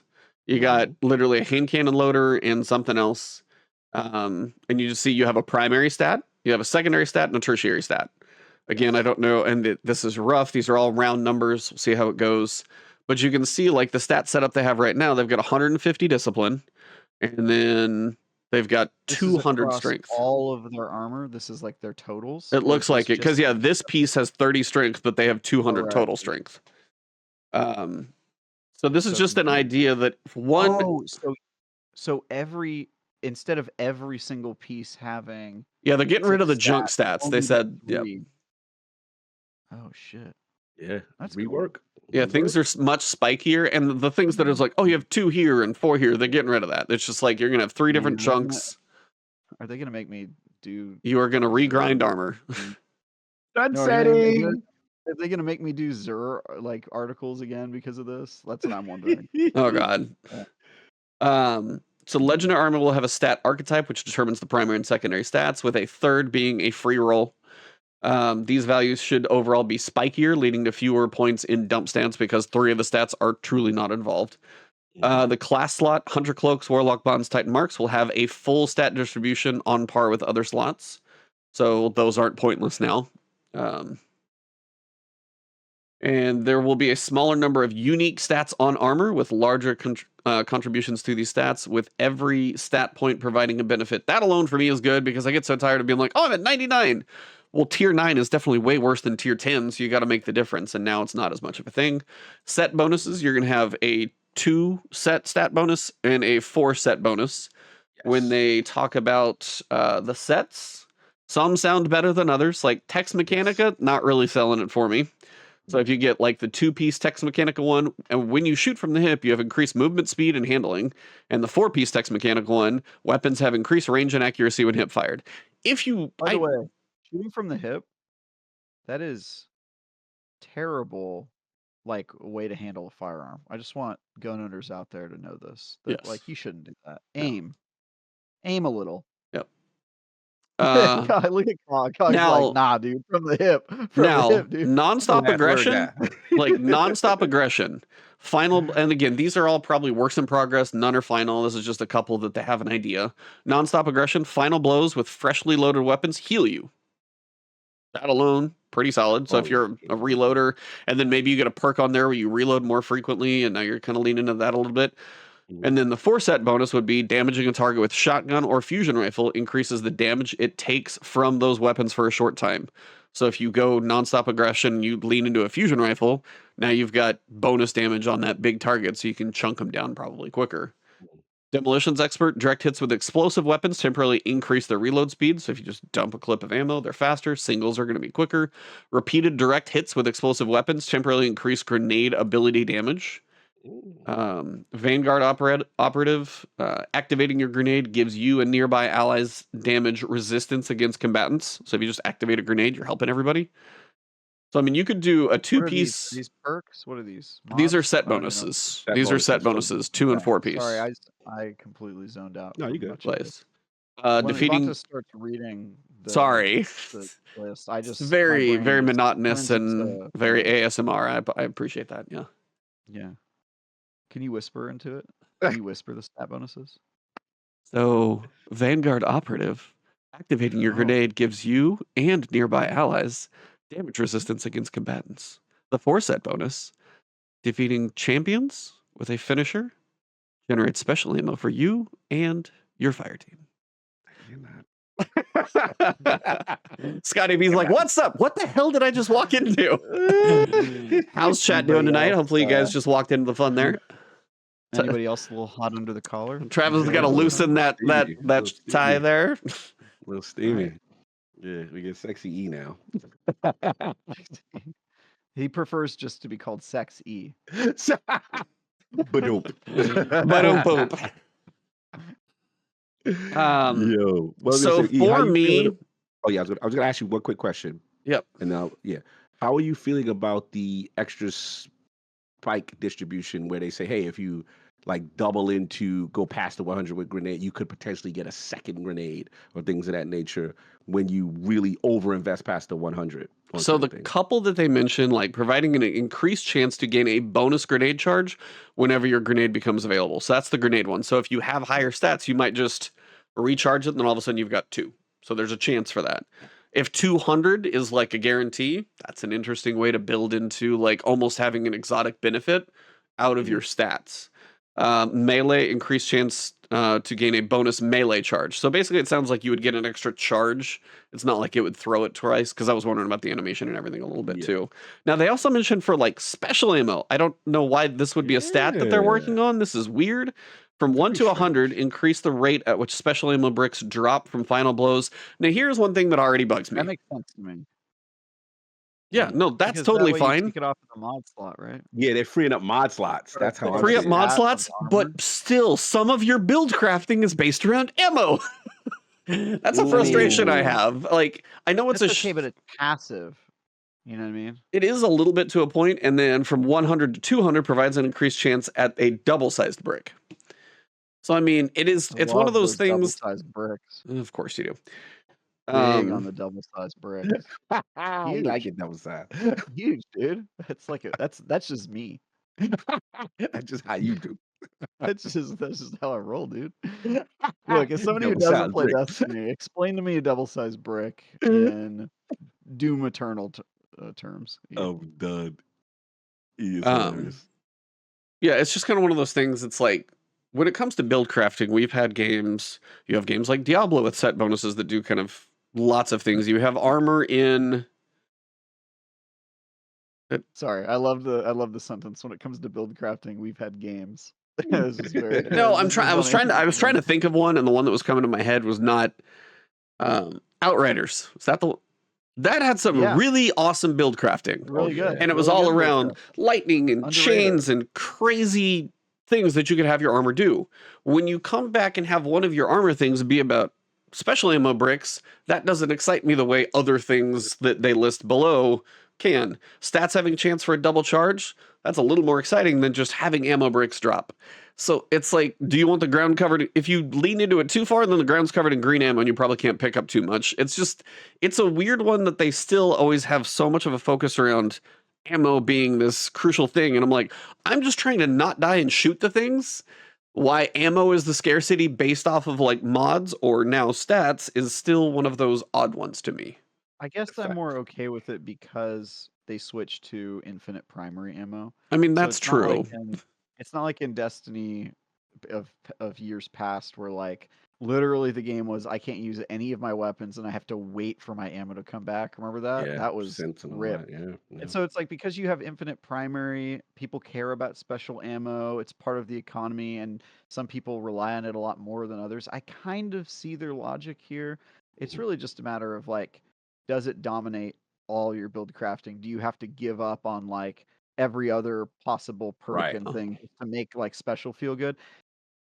I'm willing to give them a pass on this one and see how it shakes out because I like this better than what we're doing today, which is like dedicating a significant portion of your Oh, mod three slots three to slot. Yeah. yeah. It's a I'm lot. okay It's with a it. lot. Yeah, it's We'll see. interesting. I was surprised because what it basically showed me is that special ammo is coded into as far as the game, as far as the drop rates and all of that stuff. So I thought that was interesting. Heavy I must do, be too, right? Or yeah, what's it's gotta be. Probably in there heavy? somewhere. This is Yeah, all because still up in the air. And when yeah, it's they talk about like armor, they mention weapon tiers and stuff like that. Wait, What's you're gonna telling me you're telling me this isn't final? This armor piece called Chesty, that shiny purple. You're no, telling me I'm that's working for it? That's crazy, dude. yeah. No, the thing is like this is like in the works, but they have some like ideas. That's why they posted the article. They said the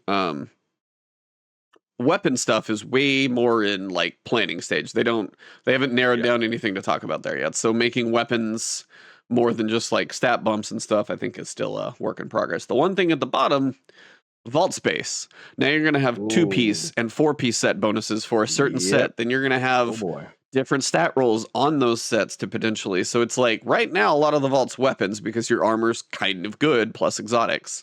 You get to the point where now I got to try and find space for multiple set bonuses and different stat rolls for different builds for all this. It does become a problem. So Bungie, that's a, do not increase vault space. Make these people learn. Make them learn to let go. That's what I say. I think that's what they're Recondo doing. style. I think that's what Good. they're doing. Yeah, Good. because it's because people in the FAQ they're like, well, what happens to my old armor? We won't take that ability for you to not use it. But we know damn well you want the new oh, it's hotness. yeah, that's It's soft gonna sunset. happen. That's soft sunsetting. That's the It's easy soft part. sunsetting. Yeah, that's That's what they're fine, doing. but I was like, I don't have any base armor. I might have a random piece or two that I haven't deleted. I don't True. have base armor sitting in my vault. That's not my worry. I have It's all exotics. weapons. Yeah. Which, So by the way, do you want to go? exotics. Do you want to go grind out all the exotic rolls now? They said they're gonna do Look, something. They as said they're gonna somebody do a solution for like it. I have like 400 free slots in my vault, so I'm gonna be You're a rare one. You're a rare yeah. It's because I don't have attachment issues. I'm not a freaking hoarder, you weirdos. guy. Just delete them. Delete. So that then they can say, hey, you know what? We're bringing it back again. So even though we told you delete, we bring it, let you do Whatever, that. dude. You're playing a game that has you on a hamster wheel for 10 years, and you're upset that you're on the hamster wheel. Come on, Yeah. just let No, I'm go. not. Just I'm not. let I'm go. used to it. I'm used to Yeah. the foolishness at this point. Guys, But we're we'll getting get Icebreaker back. Nothing matters. We're just. icebreaker. Do you That's it. think that was under an emergency glass somewhere in case Oh, of for sure. emergency? Bring Yeah. back When I Icebreaker. saw Zer with Galahorn, I was like, oh, it is dire. I was like, oh man, woo. Ooh, they signal that alarm bell. It is on. Zera, we got Galahorn and Icebreaker in 2 weeks. Yep. So yeah, I am excited. Armor is not going to be pointless. I'm excited to see set bonuses a thing. Some of the Mhm. set bonuses look interesting. Some of them look very much not in the realm for me. Seeing the stats have a bigger range, having every stat point matter, a lot of good ideas. I just Yes. want to see how it's executed when I get there. But I was like, there's at least a lot of potential in this because Right. if they weren't doing anything with armor, again, we were talking about 5/8 of my Mhm. character doesn't matter. So this is Can I make a prediction? Yes. go nuts. I predict players will get more vault space in, let's say, the next 18 months, 2 years. Ooh, okay. I also predict that they will follow a recent trend in games where you will be charged for the vault space in real money. Ooh. Yeah, you might Interesting. be able to buy it with silver or bright dust, depending on what you want to throw that chunk change down on. Interesting. I'm willing to bet they're going to go first descendant. You Yeah, know. some games do that, right? First yeah, Descendant, you yeah, can no, only it's have 10 Descendants, and there's like 14. Then you have to yeah. buy slots. You can't even And make then all of the you Descendants until you also, buy I slots. think when you start the game, you can only have 50 items, period, like on your character in your vault, period. And then you can buy up to like a couple thousand. You can buy Mm. like Yeah, oh yeah, you thousands. can expand a lot. My Wow. guess is that they're going to use this as an opportunity to get a little bit more money from their hardcore players because it's Mhm. kind of a common practice now. And I got to imagine that if there are legit technical concerns of like storage or server space or whatever it is that they're dealing with, that they're going to be a lot more comfortable with that problem if they can make players pay for more A little space. monetization. And by the Yeah, way, all the players, you will deserve that fee because this is your own damn fault for not deleting items. So Holding on. I have Yeah, I have I no get it. sympathy for you. That's what I'm I saying. I could see them doing that. I could see that at this point. I was going to ask real quick before we move on for armor. They talked about like stat behavior. Like for example, as we do it now, resilience is like a must. You have to Yeah. have, whatever resilience. So do you think they will actually change the behavior of like things like mobility and other I things hope so, actually man. I mattering? really, You know, that's one of those things that they've got to prove it to me. right. Because Okay. the idea for mobility to matter for a hunter right now is important because it's based on your class ability, but nobody else cares about it generally. And honestly, hunters would love not to have to do that if they were playing in PvE. They would love to just have resilience and recovery for damage mitigation and energy and health regen. So if they didn't have to, they wouldn't. But for their dodge, which is part of almost half the builds, you have to do it. So, but if you do lean into something called mobility, does it matter? I would love to see that because they mentioned the thing about, hey, we want Titans to be a little more tanky. Right. Have a little actually be able to pull aggro with your barricade and your shield. Yes. Bubble maybe a little later, but they said that's so they're thinking about some of these MMO things that have been around for 20 years. Hmm. And if they can lean into it a little bit more, we've always asked for that.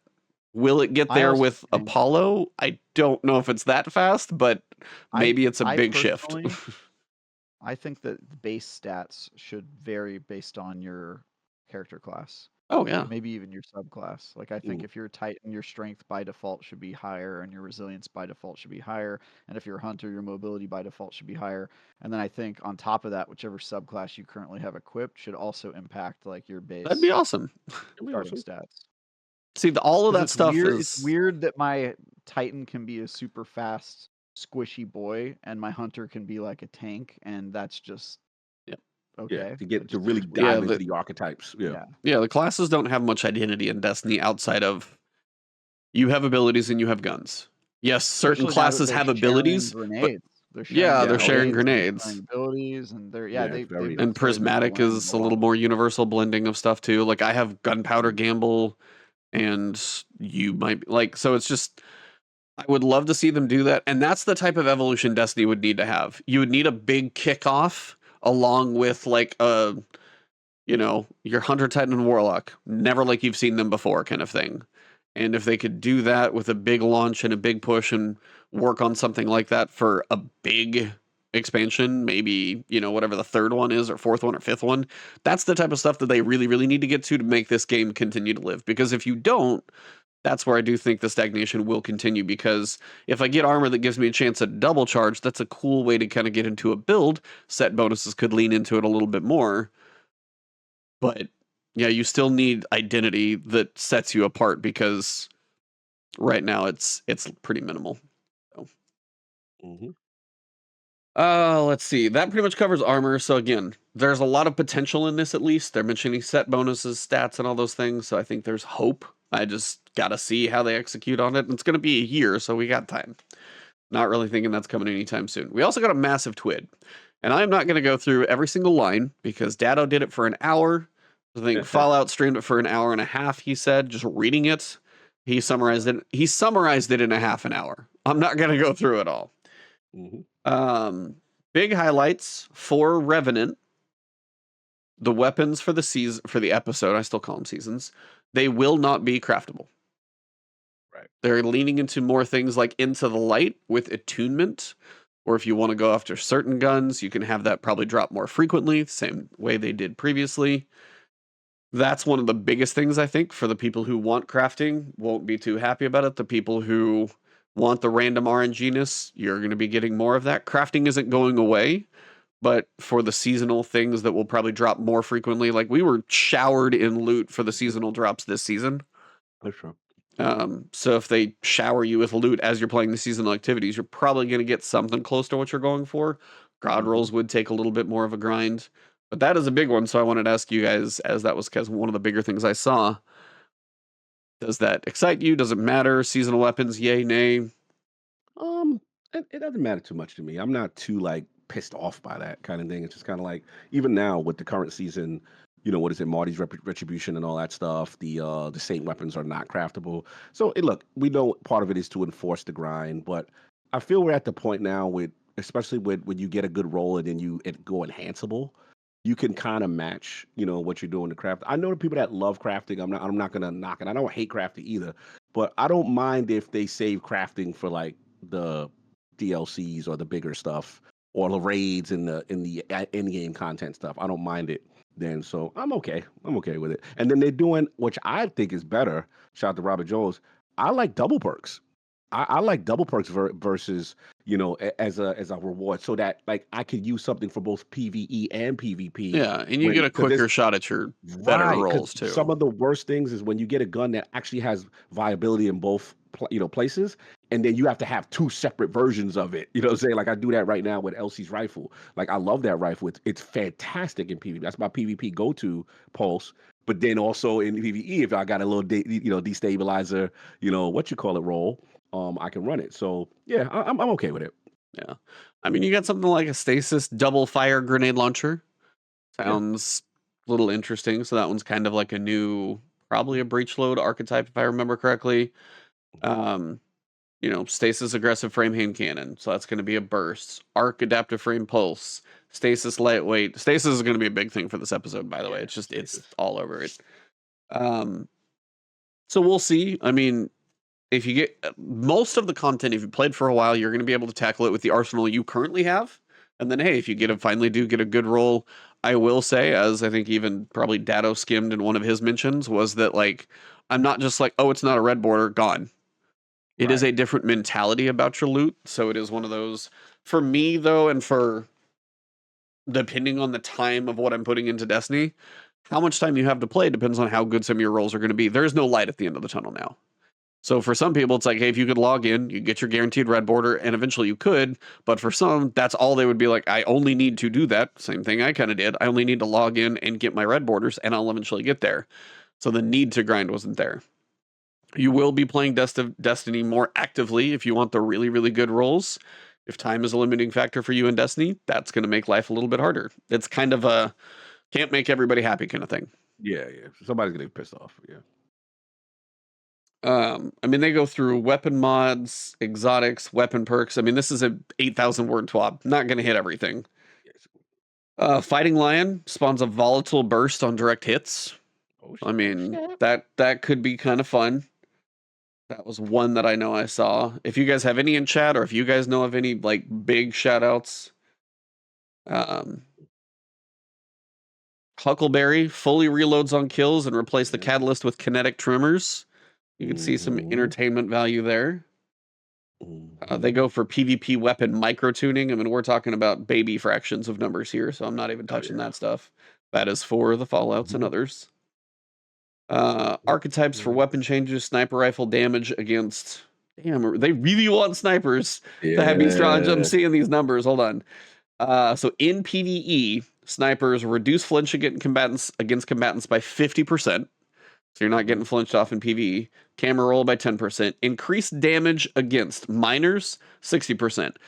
I don't know about you guys. I never use a sniper on miners. It's pointless. Majors, though, 75% on majors. So those chunky guys. Mini bosses, 35%. Champions, 25%.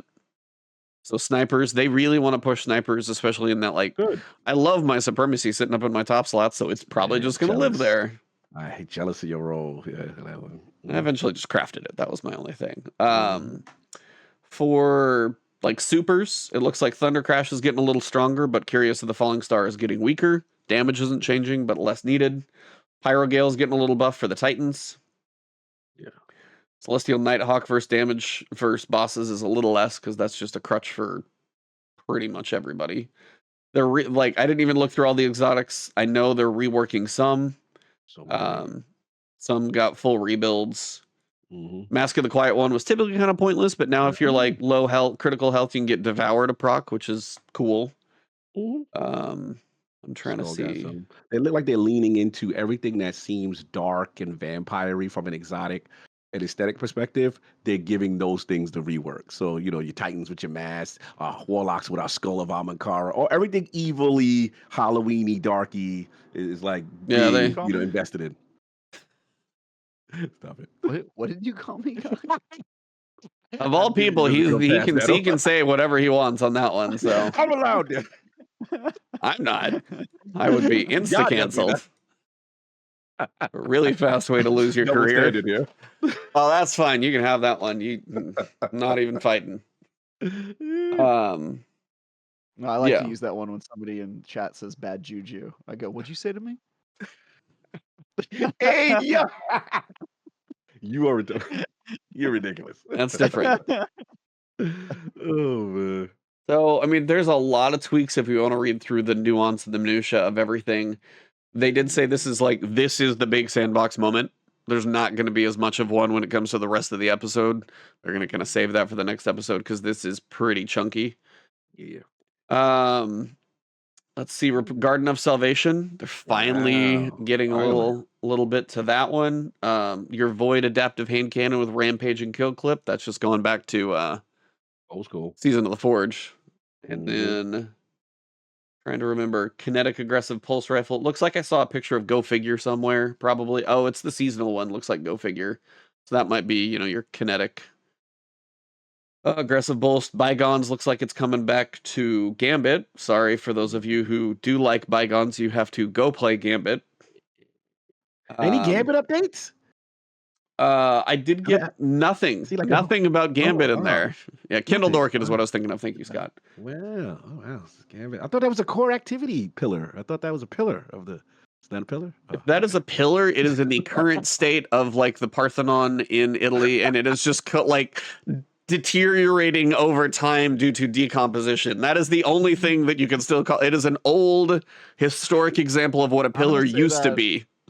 About all of the pillars, if you think about all three of the pillars, none of them are particularly healthy. I'm going to say that they're those pillars where like the top of the building's gone and the pillar is kind of the only thing that's there. It's just not holding anything up. It's pure aesthetic. I think that's the pillars. Well, you've got like the house on stilts on the beach so it doesn't get flooded. Those are kind of the shaky pillars that are barely holding Crucible together.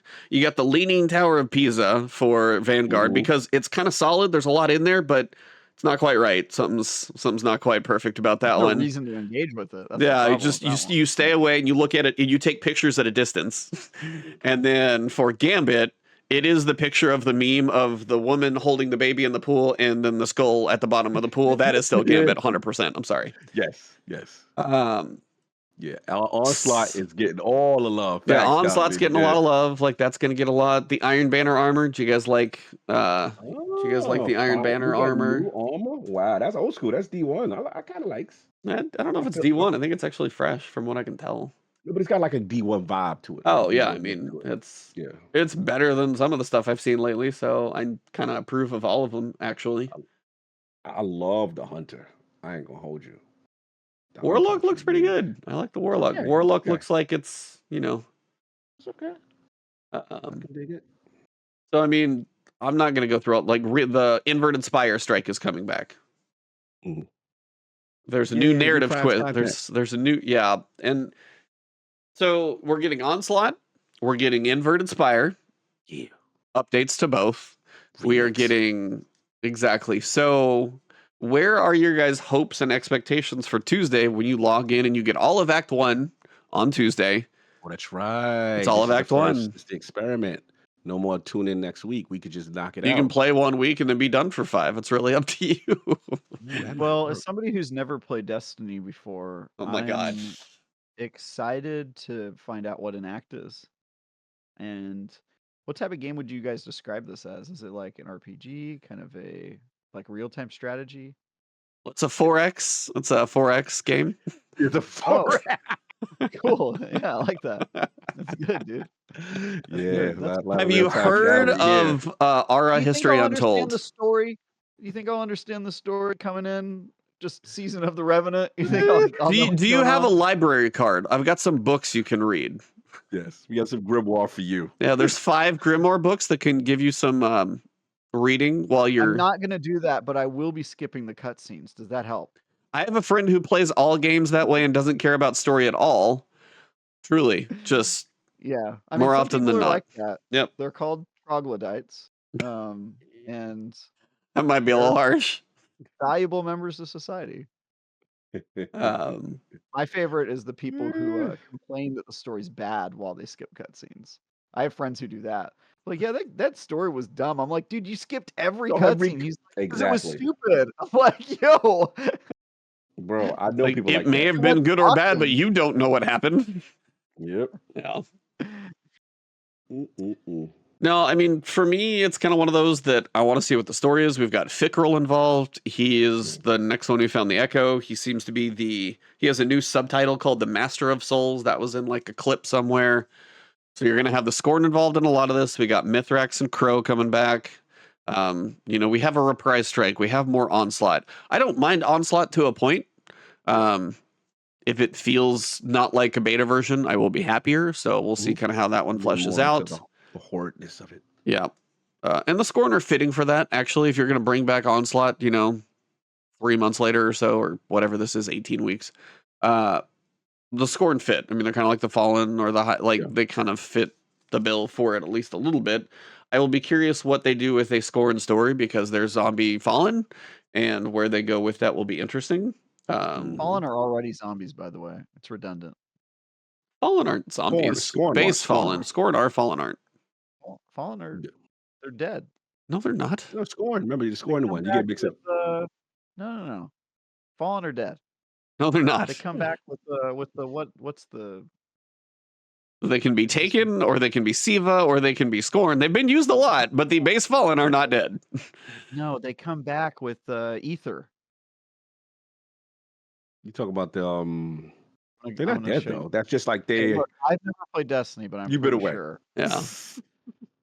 They use the what is it the spherical things for energy or whatever the hell. What's them things? I forgot fallen lore now. You know them things, Fallen, y'all.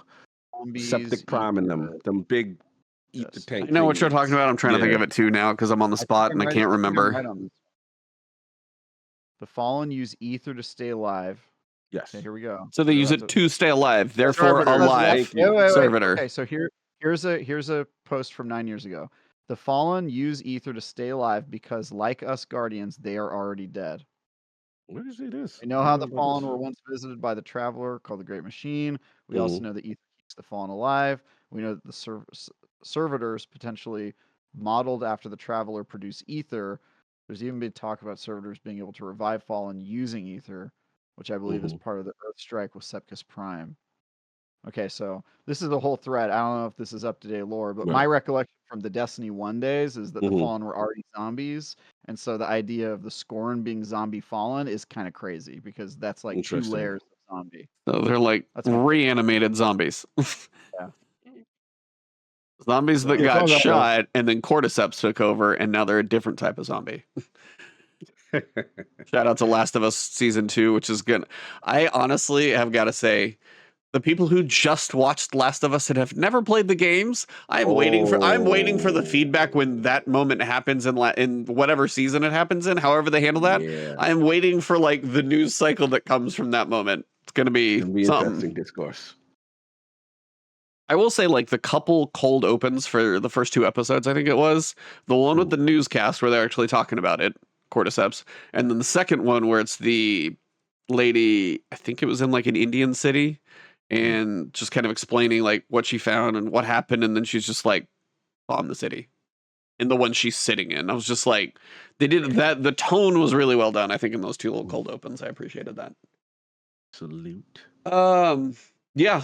And then for anybody affected by the hurricane, I am so sorry. They are working on stuff with direct relief. So if you want to donate to any and all of that to help support all the craziness going on, it's bad across many places. I don't know if you've seen any of the videos or things. Just so much is just gone Yeah, it's time. between dams breaking and flooding. I mean, North Carolina got it horribly, and they were not on the Florida coast, so it just wrecked a lot of stuff. I gotta hit up my friend of mine. I just thought about it. It's NC. I forgot I hit up some NC peeps I haven't spoken to in a while. So I know I blew through a massive twab, but that was kind of intentional because it is, needing to be a little bit of a normal sized episode here, and we would be here forever if I read it all. But Montes loves blowing through a He massive likes blowing twab. through things like The that. more massive the twab, the harder he blows Boy. through it. So efficient, man. Takes it I mean, all. you got to be efficient.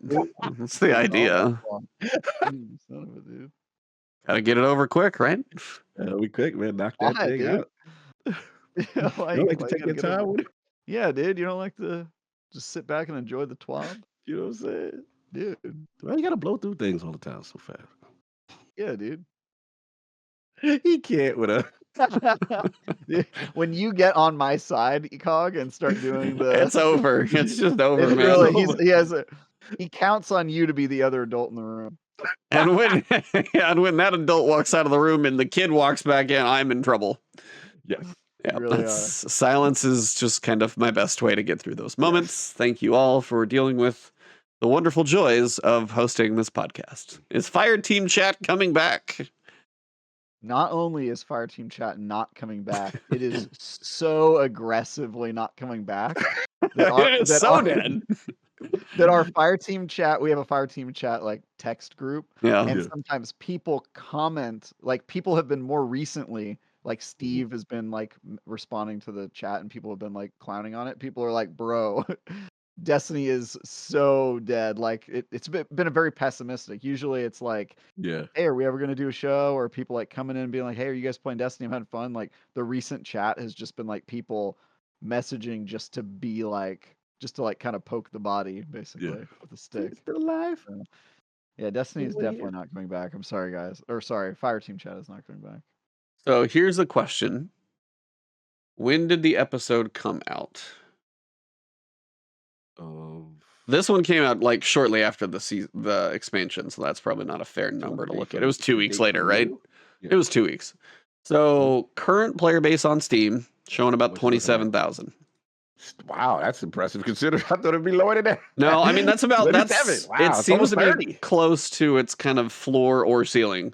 I mean, That's it the literally floor? goes for a while. It's like 28, 28, 28, 32, 32, 26, 27, 25, 24, 32. 30.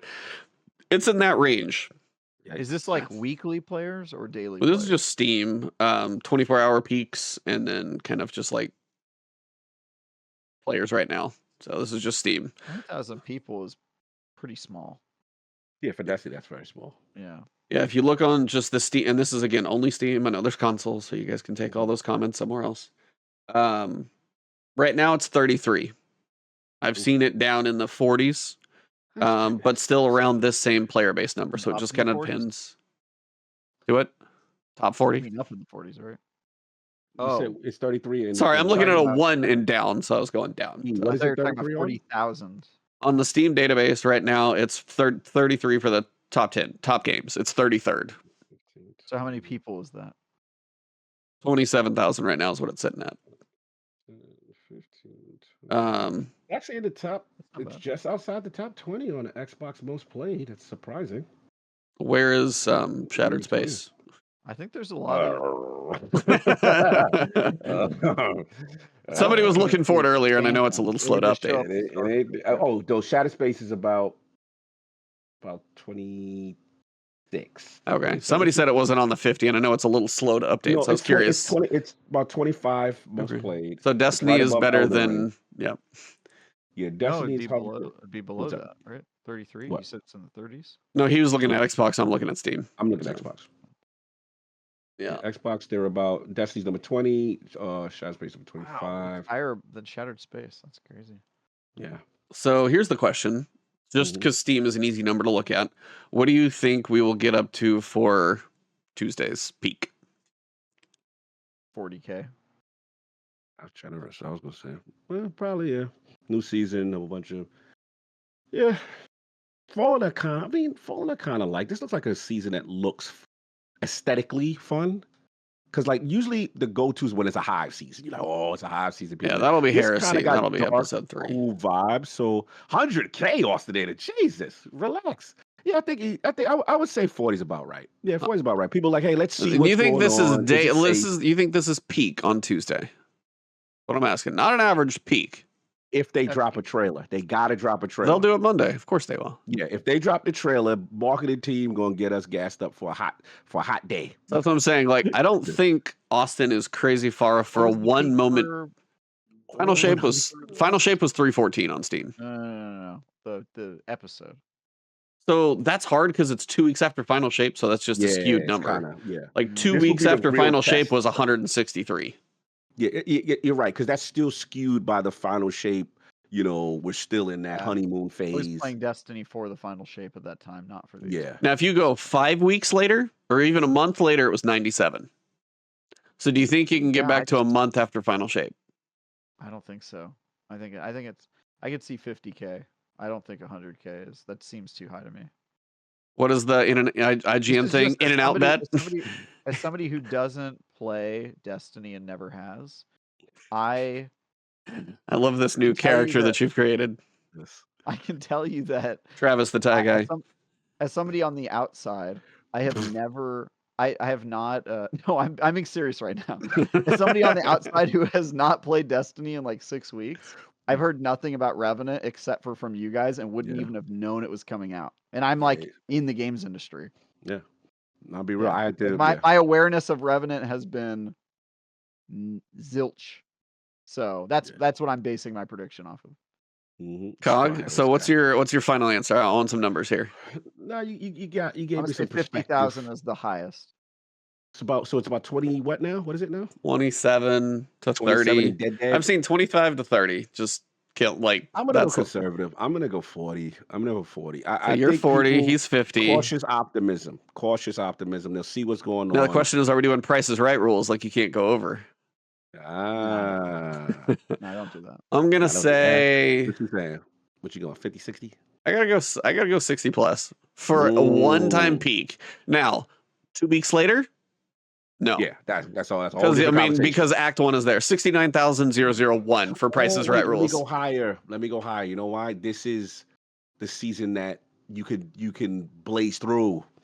Act 1. This is the season you can blaze through. Yeah. This will be higher. I just thought about it because it's not going to be 69,420. Final answer. Thank you. Yeah. Thank you. Back from the dead. 69.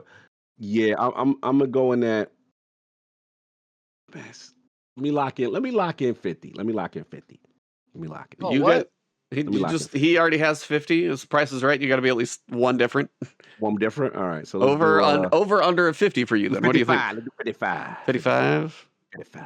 I'll go 65. How's that? All right, cool. I like that. I think Ebontis might win this one, but yeah. So we'll see. Again, this is one-time peak, but as it is Act 1 and done, I think 2 weeks later, that will actually be a bigger, interesting stat to look at. Yes. And it'll be a good gauge at its lowest time with this episode content. What is the interest? Right. What is the interest from Yeah. I'm And very this is the curious. one that you had to either buy the final shape year or you have to voluntarily go out of your way to buy the episode because Yes. if you just bought final shape, you do not own what's coming. So that Mhm. will be an interesting test to see where people are at. I would not be surprised if I was right though. If Mhm. I'm the closest. No, I mean, You said you were saying 50. 50. Yeah, I think there's Yeah, a good we're- chance it's like 48, 47, somewhere around there. Mhm. I will say if it doesn't do much better than 50, 55, and then it starts to drop quickly, that is where I do worry about the long-term sustainability Mhm. quickly, because this will be a pretty good gauge. The dungeon is on Friday. So yeah, if you do the dungeon and you do Act 1, 2 weeks from launch. So what is, I want to set a date right now. So that'll be the 8th, 2 weeks, 22nd. If I can do math. Mhm. Yeah. October 22nd. That's the number I want to know. What is that peak? Yeah, what's that peak? Yeah. All right. Well, I'm going to go make a second dinner because I worked out and had a small snack. All right. As my wife would say, you're a snack. I was like, thanks. Hey. Hey.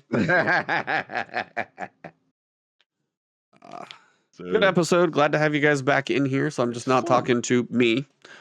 Yes. Chat is always here. Appreciate you guys, but it is nice to have some verbal bounce off of ideas there for a little bit.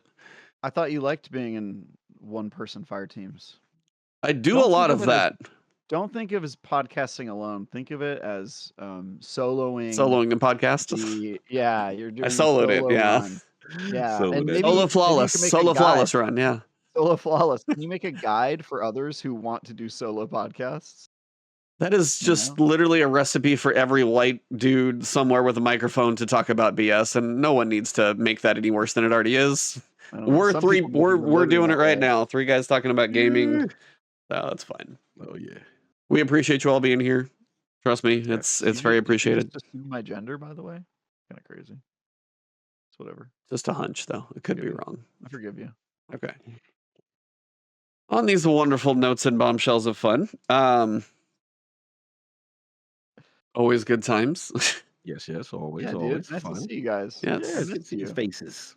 I missed you guys more than I missed Destiny, and I'm happy to see you, even though I have never played Destiny and probably will never play it. It's a new character, something else. Yeah, the what is it? Jacketless Travis over here. He doesn't wear jackets on the show. He only just wears ties and a button down. So. Ooh, yeah, it's new, right? Is it new? You know why? It's because it's hot. Ooh. That's Yeah, my that don't stop you claim. from jogging with it. We have a heat wave in San Francisco. Oh, yeah? What is your heat wave? Please tell me. Yeah. Okay. So here's the part where you guys are gonna freak out. I'm gonna The heat laugh wave at you. It's like 88 Really? Wow. with a breeze from the ocean. So it's You like, say it's 88? yeah, it probably feels That's like hot. 80, but to me that's oppressive. Like it needs to be 65. That's what I'm used Now, to. do you have air conditioning in your house? I'm not allowed to have air conditioning in my house. Do you San have air Francisco- conditioning in your house? Is a very different question. No one in San Francisco has air conditioners. Seriously? Is it central Yeah, air? no one. No, you open a window. We're surrounded by oceans. So literally you open a window and it lowers the degree of your house like But by a you lot. physically are. What you mean you're not? Are you allowed, legally though? not allowed? Legally not allowed. It's like an energy thing. They don't let you put air conditioners in your house. It's just a waste of energy. You don't need them. But it was like for the I've never moments that you noticed. would want to run it, like say today, you wouldn't run it most of the year, as you said, but like you would. Are ACs available for purchase in your service? No, you cannot install. That an may air be one of the reasons why I never moved to San Francisco, because if it does get hot, I'm miserable. If it's I 65, know, but it's just not an issue you ever have to encounter. Like if it's hot in my house, I open a window. you literally and there's encountered some it breeze, today. breeze. I know, but Ivantis, the way I solved it was opening a window, and now it's like 70 degrees in my house. So yeah, that's the point. Interesting. You don't need it. Okay. That might change if global warming makes it hotter in SF. I don't know. Right now, it's just I think the way they view it is it's just like a waste of energy. Interesting. I never knew that. I didn't know you cannot get No. one. That's interesting. Can't get it. What's the temperature by you, E? I hit 92 today. Yeah, we're in the 70s, so it's a little warmer for us. Oh, Crimea River. A little warmer for you. He's warmer than you are. Like, how are you complaining? You can have air conditioner and he hit 88. It got cold. So today was like, yo, it's warm out. Like, what's this? 70, mid-70s. What's this? That's not warm. That's just nice. Not it. But yeah, that's just nice. I'm talking to the Texan. I forget now. 70s is great. Like, if I get 70s, the fact that our lows are actually like sometimes in the upper 60s is great, because I can actually open the door in the morning and not instantly increase the temperature in my house. That's wild. Yeah, I think 70s is uncomfortable personally. I mean, I would happily put my house, like with the AC on, I'm happy at like 69 or 70. For reasonable sake, I keep it at about 70. I have friends, and then like my wife's parents, they put their thermostats at like 75, 76. That is uncomfortable to me. Can't do that. 72 is where I would love to max it out. Anything below that's a bonus for me, but I try not to freeze my wife, because I do freeze her out a lot, because I sit in here. And then even in my room right now, just because the door is closed, it's 73, so it's actually kind of doing what it's supposed to do, circulating the air.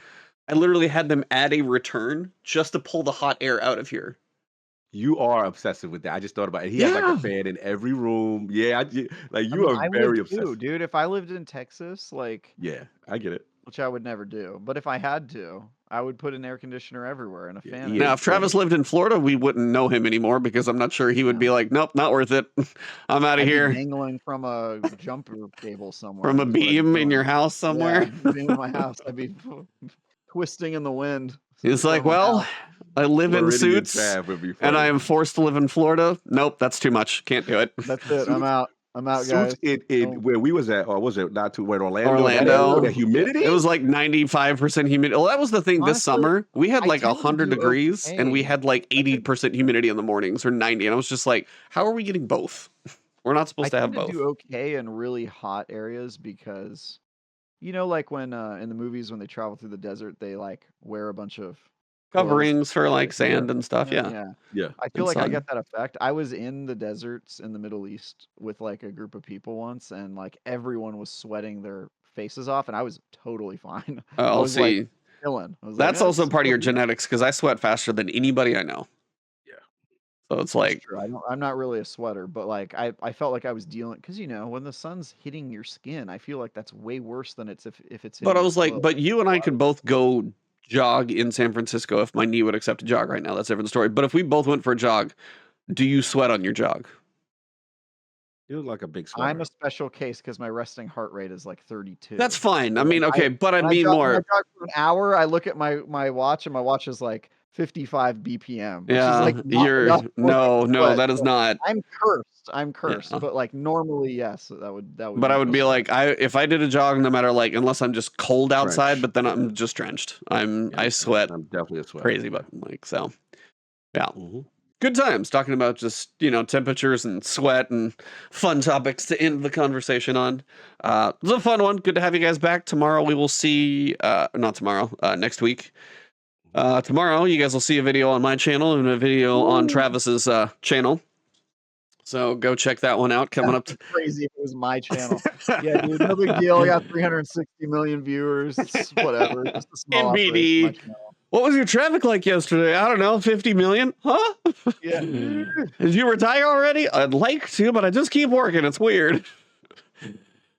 Yeah, you get what I mean, though. And yeah, fun stuff coming for all of us, but it should be interesting to see how the next couple of weeks go. But if everybody lines up, hopefully be back for a couple weeks of podcasts here as things are fresh, at least to discuss the dungeon and stuff for the next 2 weeks. And then if there's also like 4 weeks and not a whole bunch, then, you know, we'll see how frequent we revisit our wonderful campfire here. But we'll be around when it makes sense, as we've always said. So yeah, maybe we could play Destiny for the first time this week. Yeah. Well, I do warn you, you might want to log in and click through all the pop-ups first. Just get that done. Oh yeah, you got a ton of pop-ups.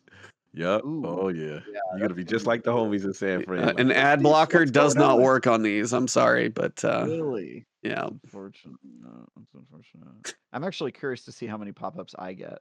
As somebody who hasn't been on for 6 weeks, like, is it gonna be crazy? Yeah, I got probably not too bad. 3. You remember that video of that guy logging on for the first time in a year? Oh yeah. And he couldn't get and he just like, God damn it, like lost his mind.